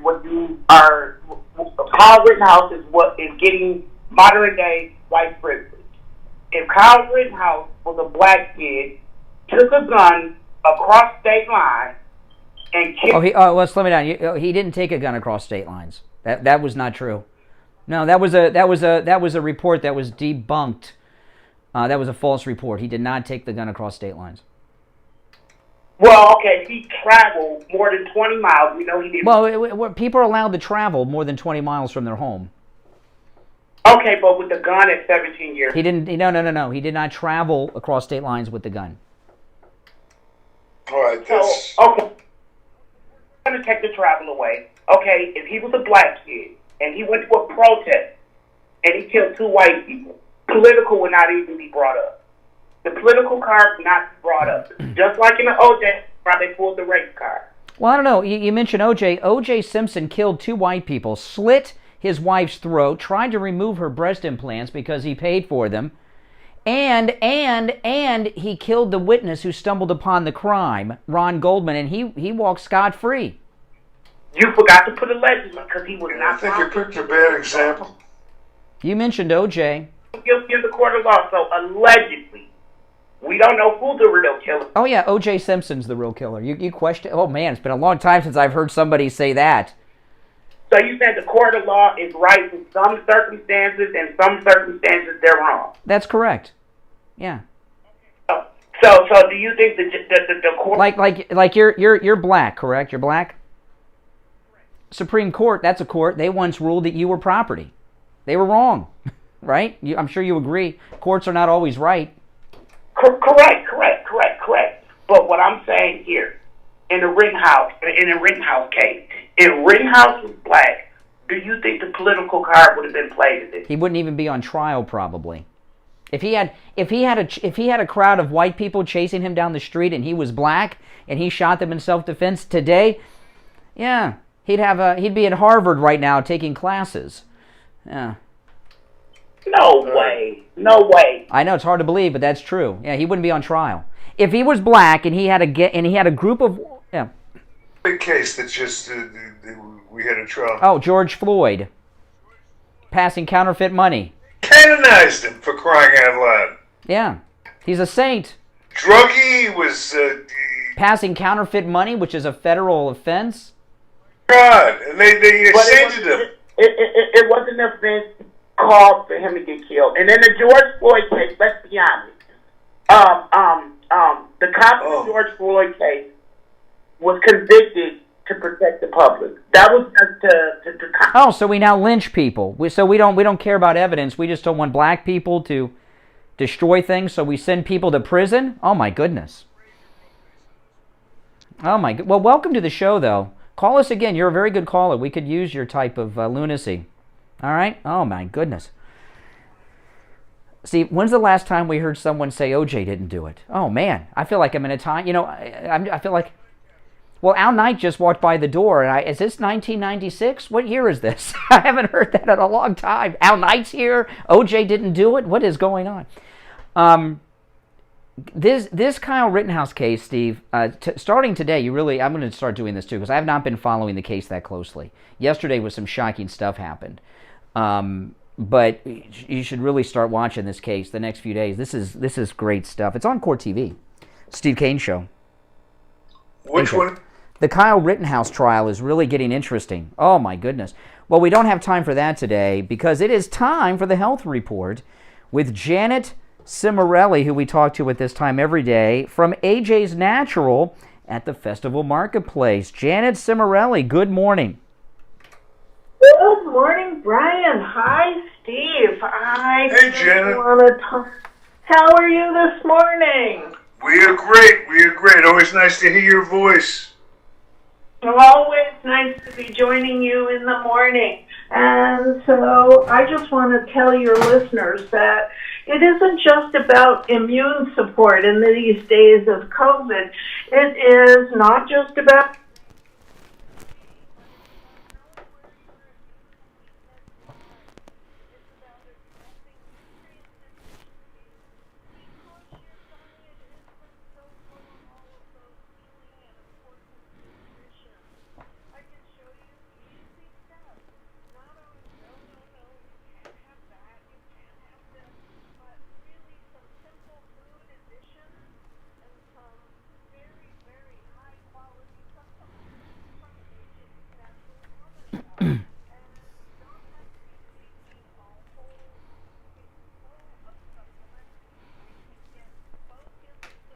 for your nutrition. Yeah, it's a good deal. And a couple quick things about AJ's. First, Janet Cimarelli is a licensed nutritionist, and you can actually take your blood work. You know, you go to our sponsor, any lab test now of Boca or Coral Springs, you bring in your blood work, and Janet will go, at no charge, you do need to make an appointment though, will go over your blood work and recommend supplements for you. And also, her partner, Anita, comes from the nutraceutical business, and she has contacts with these companies that enable AJ's Natural to get these prices very, very low by getting the products themselves at a low price that they pass along to you, the customer. If you have any questions or want to meet with Janet and make an appointment, here's the number, 954-317-1851. 954-317-1851.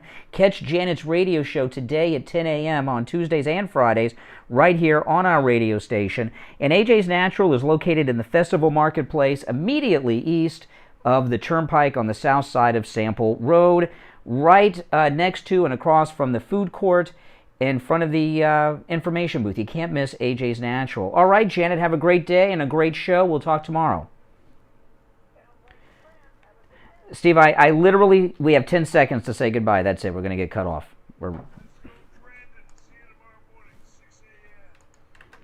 AM 1470, FM 95.3, 96.9. South Florida's FM Money Talk Radio Network, WWNN, Pompano Beach. All right. Oh, man. Well, guys, thanks for tuning in today. I'm just like little today. Little off today. I'm not feeling too hot today. I really could use a couple days off, but I can't take any time off right now. But I could definitely use a couple days off, let me tell you. What was the what for? What did I miss? Hold on. Before you guys go, Jacqueline said what in all capital letters. Are you responding to the white privilege? Yeah, I know exactly what you mean. You know, if Kyle was black, he wouldn't be. But, you know, that's the thing when you're dealing. I wish that guy from Milwaukee would have called an hour ago. Because, you know, this is what I, talk to you guys about sometimes. There's a lot of people, like that person there. They're not the caller from Milwaukee, OJ didn't do it, would Kyle be on trial, all that. They're not someone that follows the news and the issues as closely as we do. Okay? And they don't understand, because they just don't follow it as closely as we do, what the media and the left are all about. And the guy's a good guy, he just doesn't know what's going on. So when you talk to someone like that, don't assume it's like you're talking to one of your typical liberal people. You know what I mean? Because then you just push them away. If you have like a more rational discussion with them, that's why if that guy would have called an hour ago, I would have had him completely turned around on the Rittenhouse case. But we're up against the break, so I didn't have time to get into it. So hopefully they'll call in. I came in today, my iPad was at 1%, and I've got all my show prep on the iPad, and I got through the show. So I couldn't watch the chat too much because the iPad didn't have enough power for me to watch the stream. I had to watch it here. So if someone sent a super chat that I did not thank you, I apologize. I don't see them as well up here on the phone as I do on my iPad. But I got to run. I got a meeting I got to go to. Thanks for watching. Before you go, make sure you like the video. Well, thank you, Jacqueline, always. Make sure you like the video before you leave. And if you're new, subscribe, all right? And click that notification bell. Take care, guys. I'll see you later.